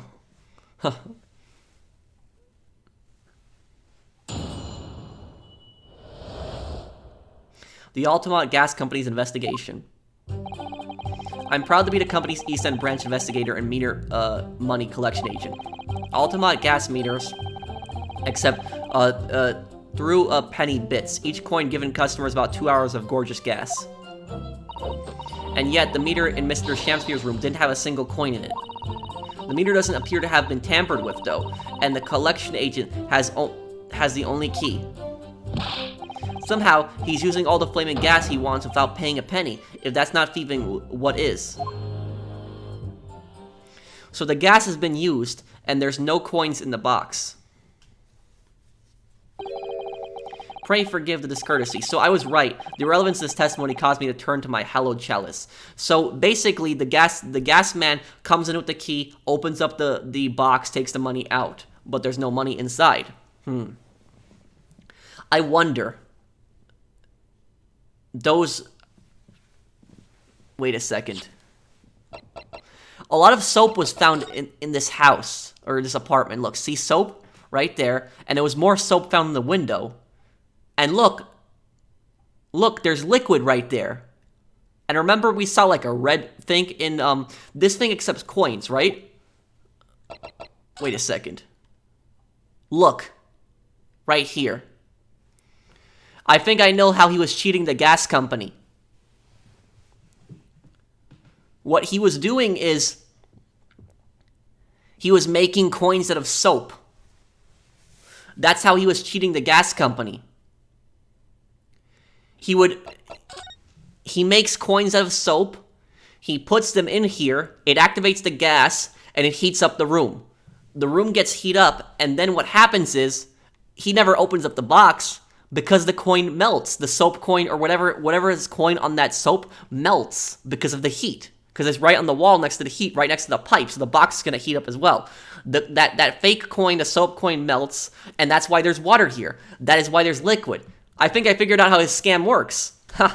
I'm pretty sure I'm right on this. I think I'm good at this. So I think that's how the scam works.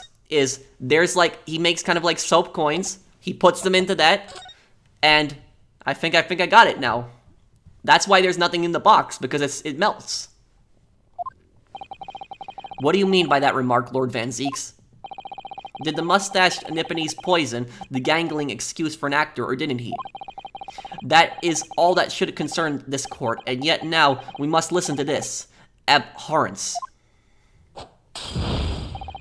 Clearly what separates the vast British Empire and your Eastern Island nation is more than geographical distance. Wow.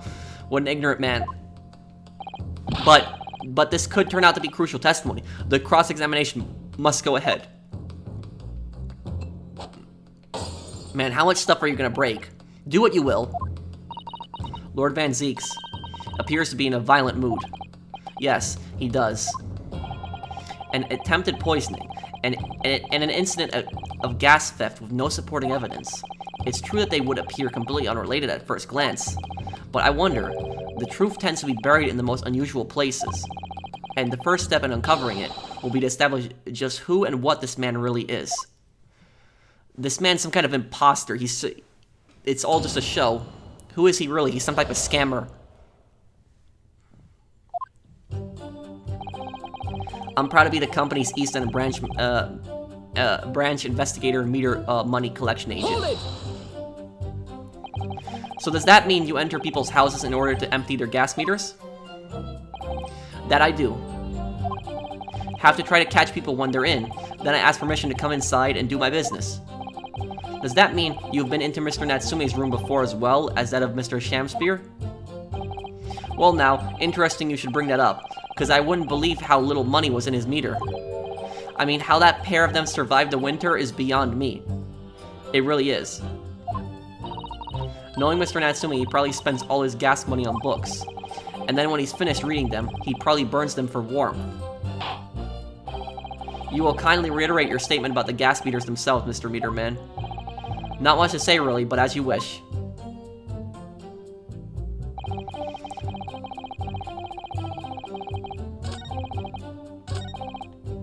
Altamonte gas meters accept through pennies. Bits, each coin given customers about 2 hours of gorgeous gas. Hold it! So all London houses have a gas supply, are fitted with these gas meters, are they? They're the latest model, the height of technology, developed by our company, Altamonte Gas. Anyone who uses our gas will have one of these meters in their property, yes. So if a 3 pence coin gives 2 hours of gas, most people would use about just 3 coins in a night. A bit more than that, usually, if they have both gas lights and a gas stove, that is. Thinking about it, Sasaki-san doesn't have a fireplace in that room of his, does he? Some people still choose to use candles, of course, and only have gas for heating. Yes, I do remember seeing candles in Mr. Natsume's room, actually. And how does the money in the meter, get back to you at the gas company? Every 3 days, gasmen like me visit properties on the gas supply and empty the meter of coins. I must say, the design and manufacture of the new meter cost the company an awful lot of money. But happily, it did put a stop to people not paying their dues, for the most part. Because they have to pay in advance, you mean? Yes, exactly right. And yet the meter in Mr. Shamspeare's room didn't have a single coin in it. Hold it! Out of interest, how long has this been going on? Weeks and weeks. He's been pinching gas off us for ages. And you've examined the meter in Mr. Shamspeare's room, I take it. Naturally. We took it off the wall and went over it with a fine-tooth comb. And found nothing suspicious at all, I presume? No, I'm afraid we didn't. Which is exactly why I demanded a new type of meter be produced. One with an indestructible lock. The Shamspeare Special. That sounds like it wouldn't have cost an awful lot of 3-penny. Sounds like it would have cost an awful lot of 3-penny pieces. The thing is, even if she makes a brand new meter, he's still gonna be scamming because he's using those soap coins. At least that's what I think he's using. But even after all that, the rascal meter was still empty. I'll never forget the humiliation. When I opened up the money box and found it bare. You what? I said, you what? And the look on his face, the smarmy smile of his. Huh. I pulled the meter straight off the wall and took it back to the office. But you know what? Nothing. Not a trace of it being jemmied open anywhere. Not a single sign. And what's happening to my salary as a result? Down by 3 shillings a day, that's what. A life-threatening situation in a number of ways. How much is that shillings? Is that a lot of money? I'm assuming that's not a lot of money back then, or even today. Like, if somebody could explain to me, like, I know a lot of my viewers are from Britain, because this game takes place in Britain. How much is 3 shillings exactly? Incidentally, what became of that meter? I'm assuming shillings isn't a lot of money because the way to describe it in the game. Nothing became of it. I've still got it. Oh. Right here. No wonder they call you Meter Man. I think it would be prudent for the court to sequester this item while the trial is ongoing. A meter that dispenses gas for a set of time after a coin is inserted. It sports a very strong lock developed especially with Mr. Shamspeare's in mind. Definitely. Although at first glance, there doesn't appear to be anything unusual about it. Let's move this along, shall we? Continue with your testimony. Though I would say it has much value as the contents of that meter. Oof.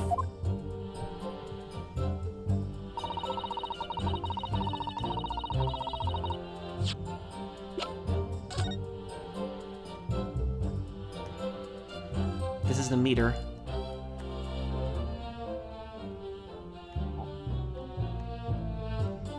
Oh, what's this here? Oh, what's that? That hole is there so that the water will drain out of it. Have you spotted something, Mr. Naruhodo? Just here. There's a little hole, do you see? Goodness, you're right. I wouldn't have noticed. It's not a very neat hole, is it? Not professionally made, I'd say. So you think it might have been opened up by Mr. Shamspeare? Possibly. It seems that people at Altamonte Gas must have missed it. Well, it certainly seems to go all the way through to the inside. Yes, but there's no way a coin could fit through there. That's true, but even so, it seems more than a little suspicious. Okay. Tiny hole in its base that was added to it. That's why we want to examine evidence. So he puts the soap coin in here, and then it falls to the bottom. He turns on the heat, and then it melts, and turns into liquid, and then falls out on the floor. That's a very sturdy-looking padlock, isn't it? And the money box is sealed with beeswax, too. So if Mr. Sholmes were to get up to any mischief, he'd be found out immediately. Mr. Naruhodo, mischief of that kind is not the sort of thing that Mr. Sholmes would... You know you didn't finish that sentence, don't you? Well, anyway, it's understandable that the gas company would want to safeguard the money that's rightfully theirs. But it does feel a little over the top, perhaps, doesn't it?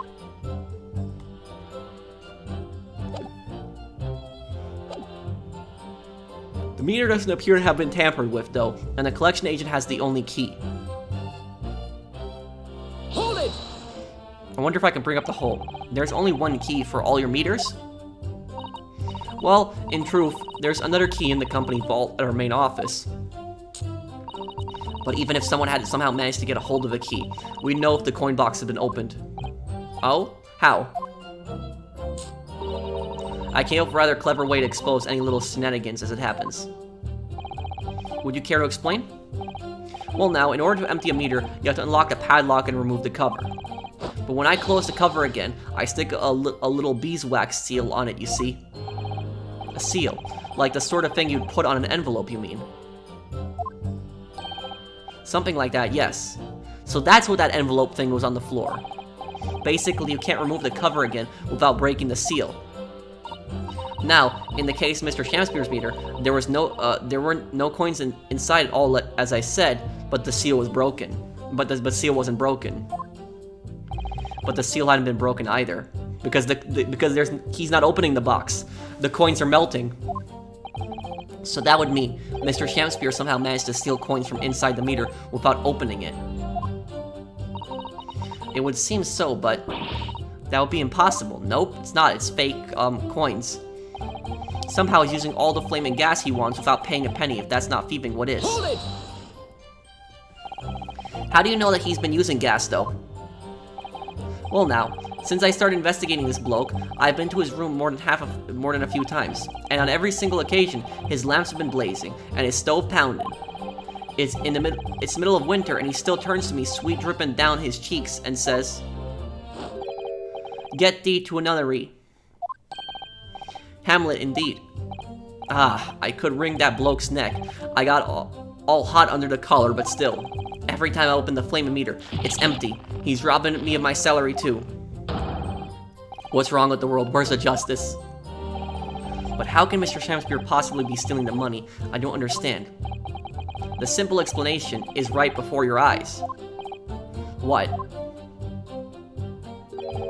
A toast to eventually realizing that the gas man could be an accomplice. An accomplice? You what? Good lord. Eminently plausible indeed.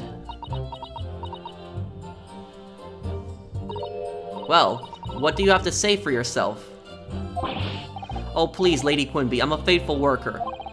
And besides, if the money us gasmen collect doesn't tally with how much gas has been used, you dock our pay by the same amount. So you'd be stealing money only to have the same amount taken from your wages. Clearly that makes no sense.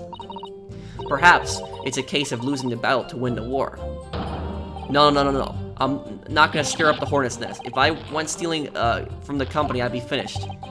It would seem there's no evidence to support the claims of thievery made against the victim. No, there is, because Mr. William Shamspeare is innocent. Damn, how many of those chalices are you gonna break? Pray forgive if that shatters some illusion my learned Nipponese friend was clearly under.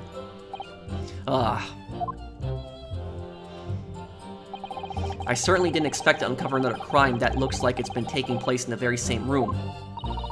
According to the testimony, it's only the meter in Mr. Shamspeare's room that's under suspicion. It does seem as though perhaps it has nothing to do with the incident involving Mr. Natsume. I know, it does seem that way, but the fact is, since I've been practicing law in England, I feel like I've encountered this at least once already. Cases that are interlinked. Oh. It might seem that the two cases have nothing to do with one another at first, but in fact, they're intimately connected. Did the gas man poison him as revenge? Yes, we've experienced that before, haven't we? I wonder if this is another instance. Perhaps, but we can't be sure of that yet. Remember that the soap was on the window. I wonder if the gas man was trying to take it.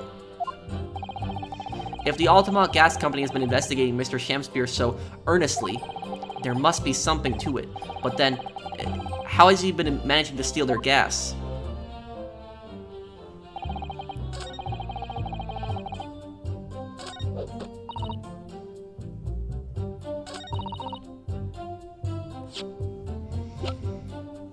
The meter has been tampered with. Let's see if we can present that hole. Objection! Oh, we can. Lady Altima, I'm afraid to say that this meter clearly does show signs of having been tampered with. What? Get away. I've been over and over that thing. I'm telling you, there's nothing wrong with it. In that case, what do you have to say about the small hole that's made at the base of the coin box? Hole? What hole? You're right. You're quite right. There is a little hole there. That the meters aren't supposed to have that. None of the others do. In other words, we can assume that Mr. Shamspeare secretly opened up this hole himself. Yes, I wouldn't be at all surprised. But why? Yeah, why? I mean, it's tiny. You couldn't get a farfin through that.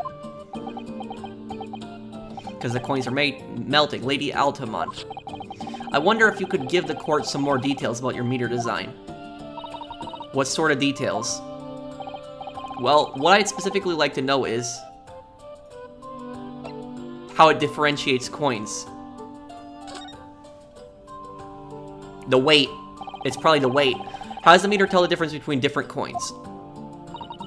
What do you mean? Well, for example, if someone were to put in a penny coin, that wouldn't work presumably, would it? No, of course not. So, well, how does the meter know that the coin it's been fed is is a through penny bit? Ah, I see what you're getting at now.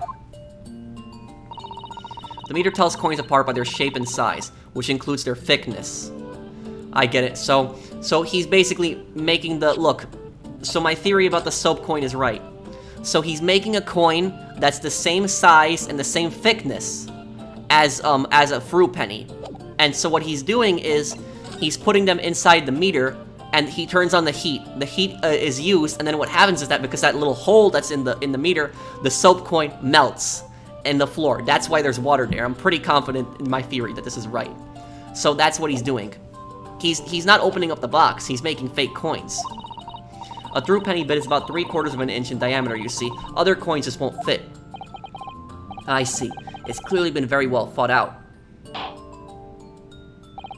The witness will amend her formal testimony with that information in case it's pertinent. As you wish, my lord. The meter is designed for coins the exact diameter and thickness of a through penny bit. Nothing else will fit. Hold it! But conversely then, it would seem that anything matching a 3-pence coin exactly in terms of diameter and thickness. Wait.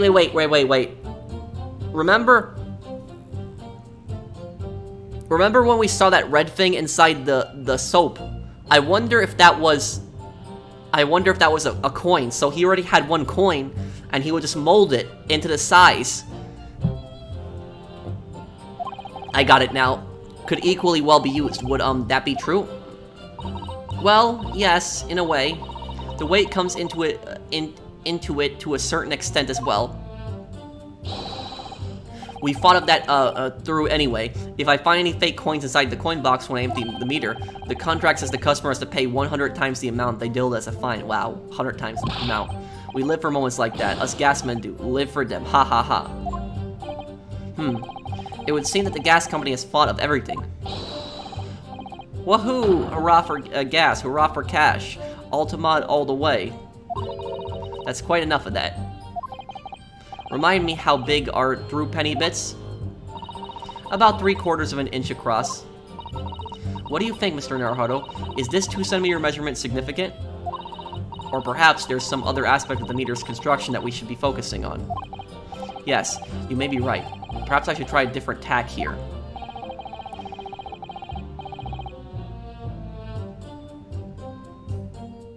Can it be dismantled? Let's see.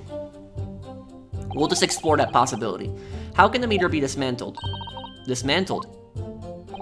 Yes, given that there are no signs of it having been forced. I'm wondering if perhaps, rather than being broken open, it might have been taken apart. Well, yes, that does make some sense. The padlocks are made by a first-class locksmith from the finest quality steel. And the meter box itself is made from plate steel as well, welded shut to ensure it can't be opened again. I can assure you, it's quite impossible to dismantle it. Woohoo! Yeah, nothing leaks from an Altamonte meter. No coins, no gas, no nothing. I see. The witness will amend her formal testimony with that information in case it is pertinent. As you wish, my lord.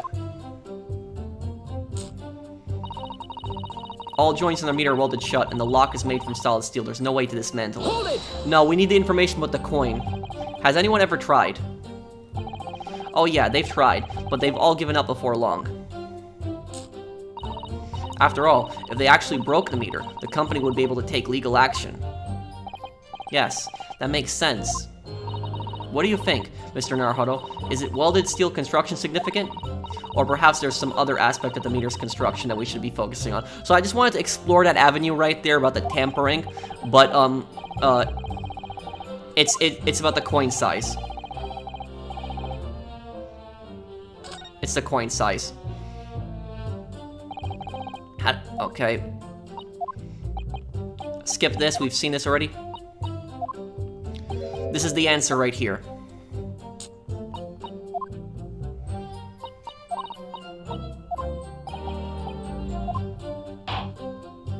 Okay, skip this here.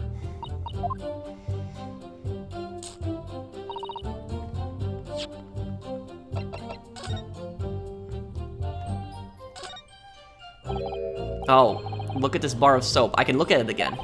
There's a circular depression on the side, about 2 centimeters across, or 3/4 of an inch. Ah, do you think? We did find this soap at the scene, didn't we? Yes, yes. There were 2 bars on that little ledge just outside the window, so we took this one. But I'm sure that when we first found it, there was some sort of reddish medallion in the middle there. I remember it clearly. Yes, but there's no sign of it now. Where could it have gone?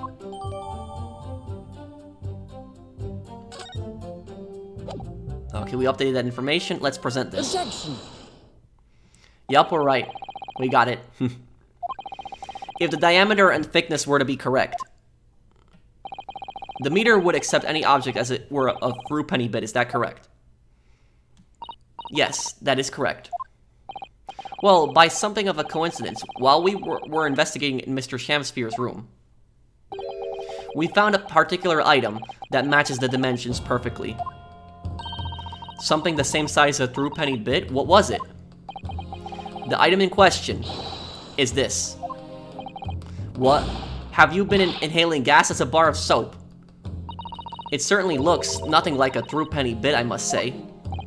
It looks like I'm going to have to point out exactly what I mean here. What's so important about the soap in this part here? This. Got it. You have to turn over the soap to see what I mean. Ah. Are you referring to that round depression in the middle of the soap there? Yup. That's right, a depression that's approximately 3/4 of an inch in diameter. Or in other words, almost exactly the same size as a threepenny bit. Get away. Does anyone here present have in their possession a threepenny bit? Quickly now, hand over your coins, ladies and gentlemen. It sounds rather like a highway robbery, doesn't it?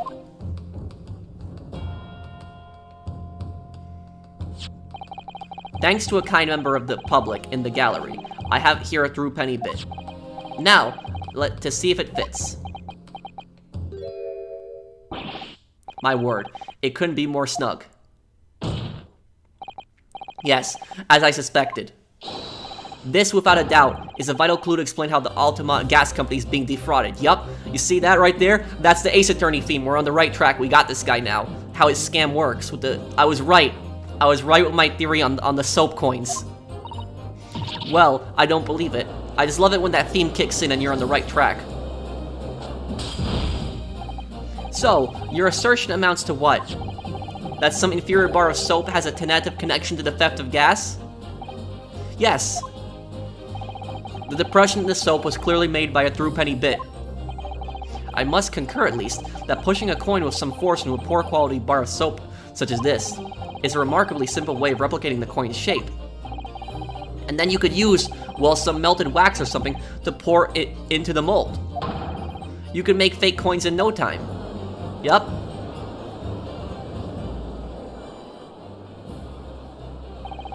This brings all the pieces of the puzzle together. It's the method Mr. Shamspeare had been using to steal the gas. That's the missing link. And now if I follow the chain of thought, it's going to bring me to a new explanation for what happened that nobody's considered yet. But this is all nonsense. If the man had been making fake coins, my worker here would have found them while he emptied the meter. No, because they melt. The fake coins that he's using with the soap, they melt. Quite true, Lady Altamonte, in the absence of some black magic that could make them disappear.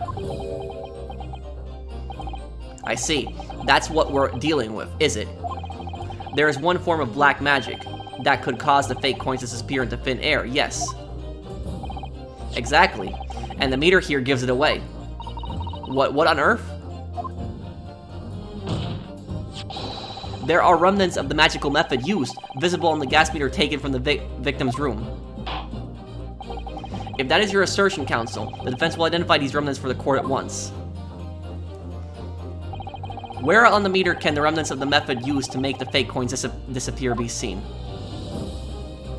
This. Got it! We found this bar of soap at the scene of the crime, just outside the victim's window. Outside. Yes, outside, where you yourself, Mr. Meterman, were loitering in the freezing winter air. He puts them on the window.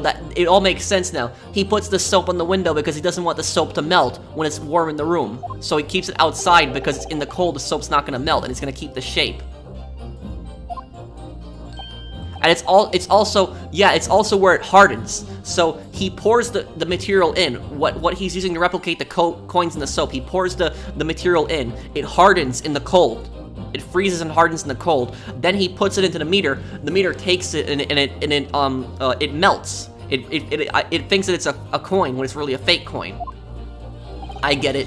That's right. The answer, of course, is ice. Oh, he's using ice coins. Okay, I didn't think of that. That was it. So he uses the soap to replicate the coin. I got that now. He puts it on the windowsill because it's February. It's really cold in London. And so, because it gets cold, he leaves it on the window, it freezes, and it turns into an ice coin. He then puts it into the meter, and the meter thinks that it's a through penny because it's the same shape, and so it'll melt. That explains the water in the picture. Right there. That's why there's no coins in the meter, because the ice coins melt. Did you say ice? Mr. Shamspeare is leaving soaps like this outside his window each evening, filled with water. After a night outside in the bitter cold, the water is completely frozen solid the next morning. Then he takes his fake coins of ice and feeds them into the gas meter, giving him light and warmth in spades. As his room becomes very comfortably warm, the ice now inside the meter's coin box melts, turning back into water, and draining harmlessly away through the small hole made in the underside of the meter. That is how, without leaving any evidence of his wrongdoing, this man has been stealing Altamonte gas, because if he didn't make the hole, then there would be water inside and that would be suspicious.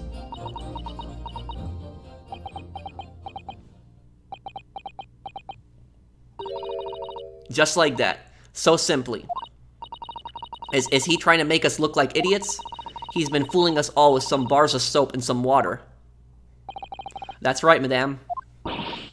I don't believe it. It can't be true. Do you have any idea how much money we spent to develop that new meter? And now you have the audacity to suggest that a bit of soap and some water can render it totally useless.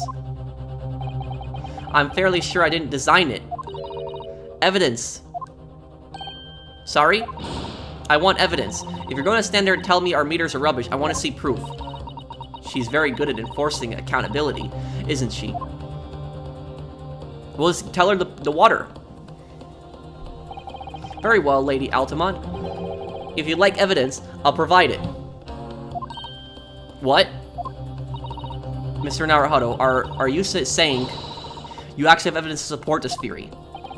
I did notice a trace of something that bothered me a little at the time. And I have a feeling that this theory we've come up with now could explain it. Piece of evidence that substantiates the theory about how Mr. Shamspeare has been stealing gas is this picture. Take that! This is a photograph of the scene at the point when the victim was discovered, taken by Inspector Gregson, and it clearly shows the remnants of the crime carried out by Mr. Shamspeare. What remnants?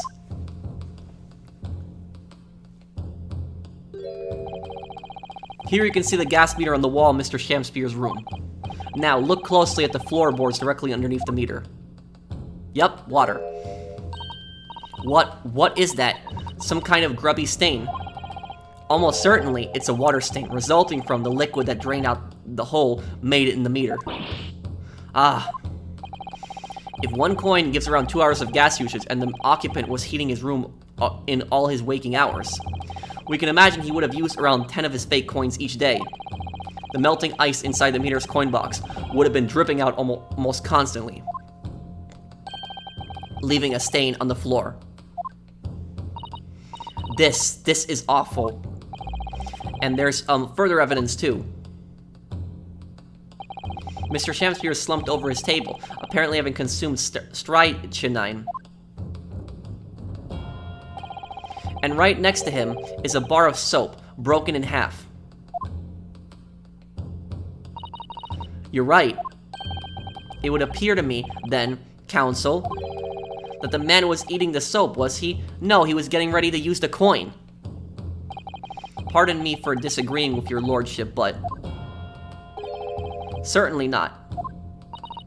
He didn't beat about the bush there, did he? In truth, Mr. Shamspeare was found with a fork in his hand. A meal of soap is sounding increasingly likely, Lord Van Zieks. Do you mean to say he was using that fork to... Yes. To extract a frozen coin from the bar of soap. Yep, we were right. Ah.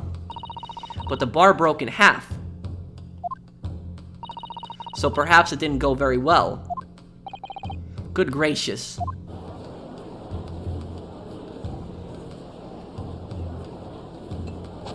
Damn, how many of those bottles do you have?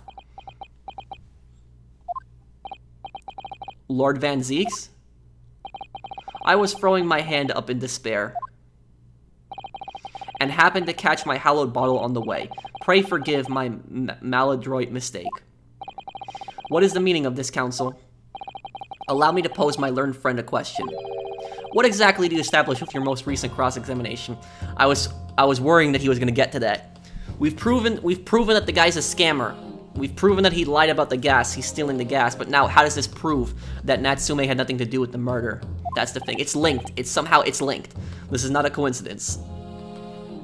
Well, the attempted murder. That Mr. William Shamspeare is a liar and a thief.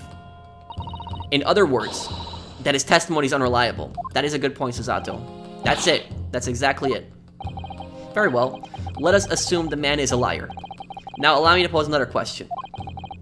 What possible difference does that make? Well, we know that suicide can be discounted. Scotland Yard's investigation revealed no sign of another vessel that contained poison. And on the night in question, there were no visitors to the room except the accused.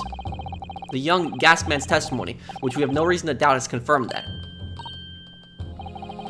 Furthermore, the only possible way the poison could have entered the victim's body is via the tea. Not necessarily. The court has seen no evidence whatsoever to suggest otherwise. Even if William Shamspeare is the liar you claim him to be, these facts have been objectively established. There's no escaping it. Therefore, in light of these facts, the prosecution calls for immediate adjudication. No! You... What?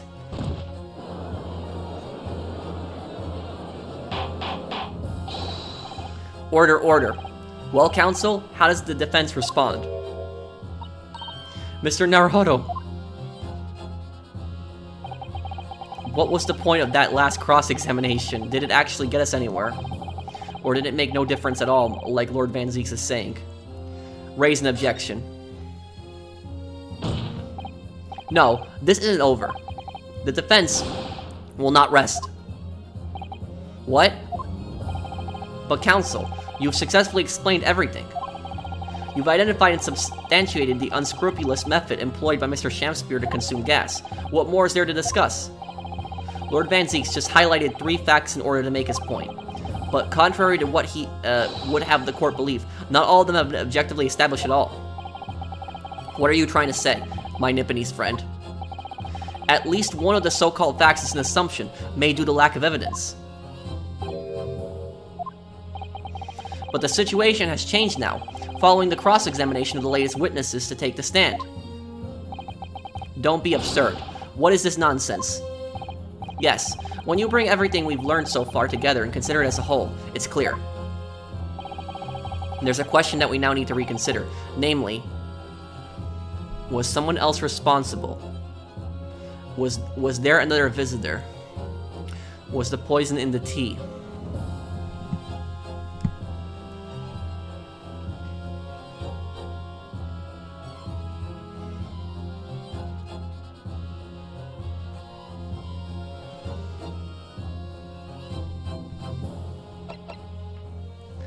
I think it was the poison in the tea.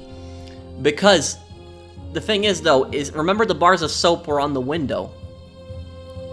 And I wonder if that, I wonder if the gas man did something to one of the soaps. I'm curious on that. Because, how would the poison get in the tea exactly? That's my question.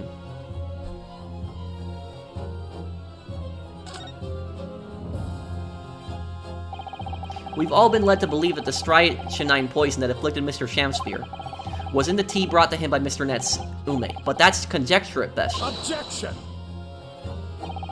The victim has testified that nothing else passed his lips that night. There's no other possibility. And since there was no trace of the tea left at the scene, it couldn't be tested for traces of the poison. Objection! As I said, the situation has changed. Because in fact, some of Mr. Natsume's tea was left at the scene. And a particular piece of evidence proves it. Objection! A ludicrous claim. Scotland Yard detectives investigated the scene exhaustively. Wait a second. Wait. Oh my god. I think I know what he's on about. Is it? Everybody's probably watching is like, what are you thinking right now? He didn't drink the tea. He waited until the tea was cold and he poured it into the soap hole and then put it on the window to make the ice. He tricked Natsume into meeting him and to bring him tea. Natsume drank his tea, but then Shamspeare let his tea go cold. When Natsume left, he poured the cold tea into the soap, and he put the soap on the window. It froze, and then he put it into the gas meter. The gas meter melted it, and it's on the floor. That means that this isn't just water on the floor. That's tea.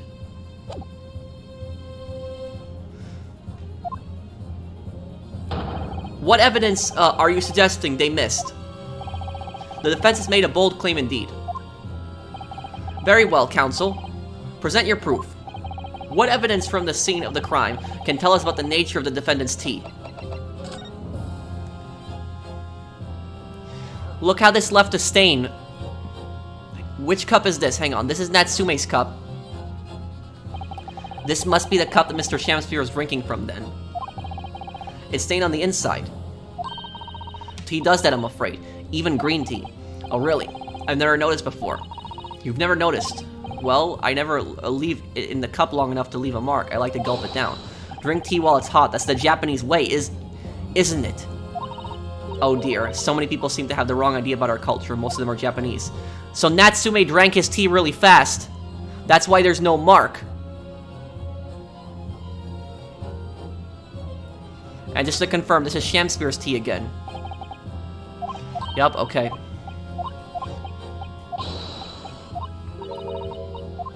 I got it now.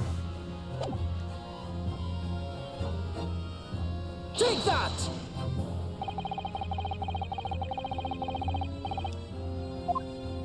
Oh, well. I guess, well, it is related to the tea. I guess that was the court considered that wrong. So you see, there's sometimes where you had like a piece of evidence that should be right, but it's not right. You know, it says the game says I made a mistake there, but that shouldn't be a mistake.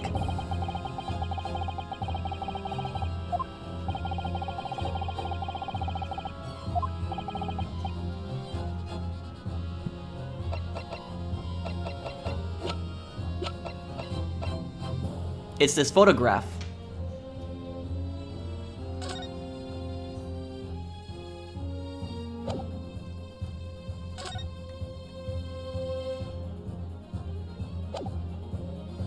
Take that!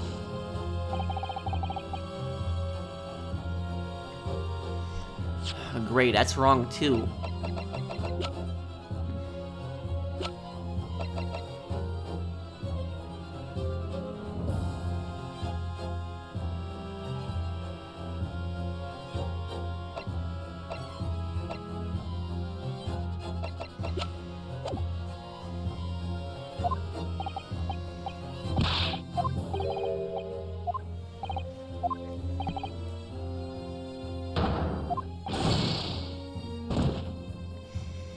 I don't know how I got that wrong. Those two evidences should work.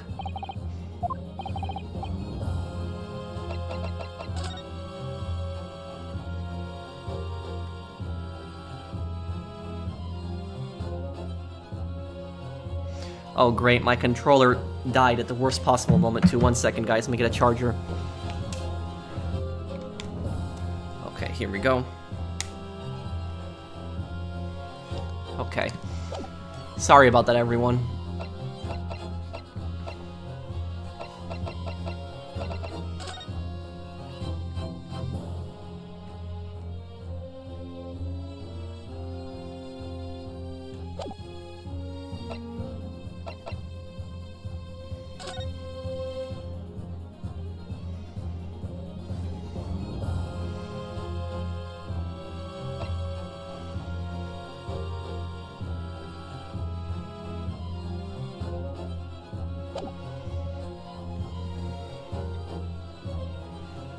It's the medical report, because it tells us, I guess, that he used the tea later in the night.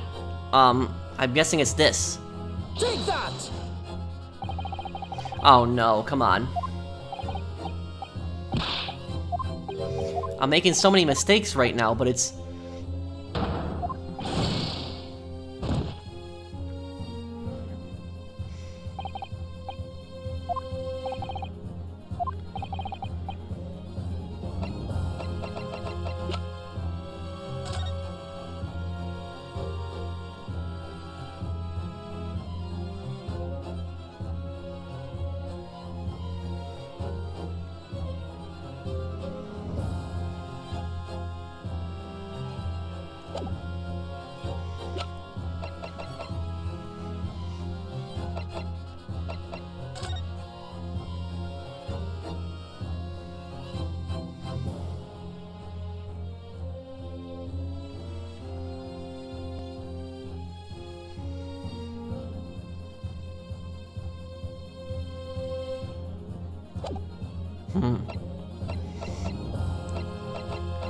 It's not these.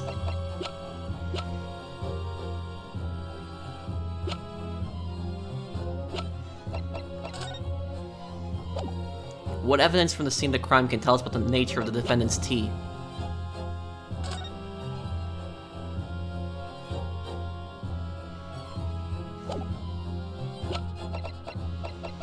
Wonder if it's the meter here. Let's see. Take that! Oh, great. I don't know what else it could be now at this point. I don't know how. I'm sorry that I'm making so many mistakes here, guys, but it's... I guess I'm gonna save right now just to be safe here, but... I was doing so good, but now this is... I'm gonna save. Just be safe.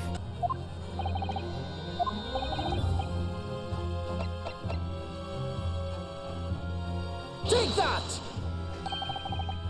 Good gracious, so it's the bar of soap that I had to, apparently I had to show. You know, that question was really badly designed, because it's like, I could have shown anything. I could have shown the teacups, and I could have shown the picture also, and even the meter, if you really think about it. Like, any one of those, I could have, like, led to the same conclusion. The soap again? The same bar the victim used to fashion his coins of ice? Yes, that's right, my lord. It just come back to me. Something about when we first found this bar of soap at the scene yesterday. It's more bars of soap. Soap. What are bars of soap doing lined up on a ledge outside the window? I'm quite certain that when we originally stumbled upon the bars of soap, there was actually a frozen coin in each bar. So you discovered the gas thief's coin factory. Fascinating. In a way, yes. But there's more. The coins we found in the soap at the time weren't normal ice. There was something strange about them, you mean? Exactly. Something very obviously strange. They were red. That's because it was the color of the tea. Yep. The ice was red? No. You mean... That's right. It's obvious to me now. The fake coins in the soap were made from frozen tea. What? I would remind the court of a statement made by Mr. Natsume earlier in his trial. That evening, yes, I did take some freshly brewed tea with me when I visited Mr. Shamspeare's room as a gift. The public water pump outside always freezes at night, so I brought that bottle of water especially to make it. Yeah, so there's no other place that Shamspeare could have gotten water at the time. And this is the result. Never will I touch tea again, never. Ah, yes. I believe there had been a snowfall that day. It was particularly cold. Sadly, on such occasions, the poorly constructed water mains in the East End are prone to freezing. So on the night in question, Mr. Shamspeare, leaving no running water to use, was forced to use the tea brought by Mr. Natsume in order to make his fake coins. My word.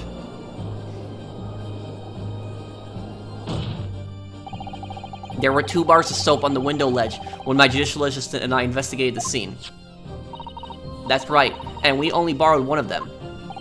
Which means that even as we speak, some of the defendant's tea is still present at the scene of the crime, frozen solid in a bar of soap outside Mr. Shamspeare's window.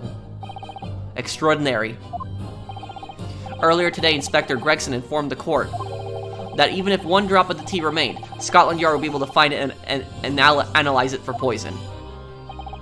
As such, we are now in a position to prove or disprove what has until now been mere conjecture. By finding out for sure whether or not Mr. Natsume's tea actually contains strychnine at all. Ah, you, smug, Nipponese. He's so angry right now, my lord. We cannot do to defend the injustice of passing judgment now. The police should be dispatched to recover the remaining bar of soap from the scene at once, and the defense requests a thorough analysis of the frozen tea embedded in it, to determine whether or not it contains any poison. Bailiff, bailiff, instruct the police to attend the scene at once. Yes, my lord, understood.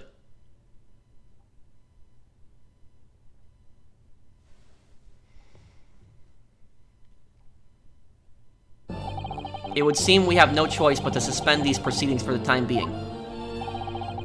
I trust you have no objection, Lord Van Zeeks. None, my lord.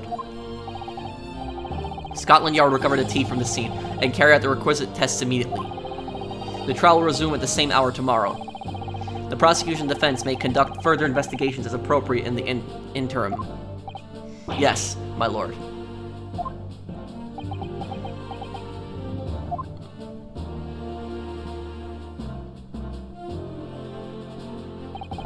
Well, we managed to scrape through here somehow. Through there somehow. Thank you, counsels. Court is adjourned until tomorrow.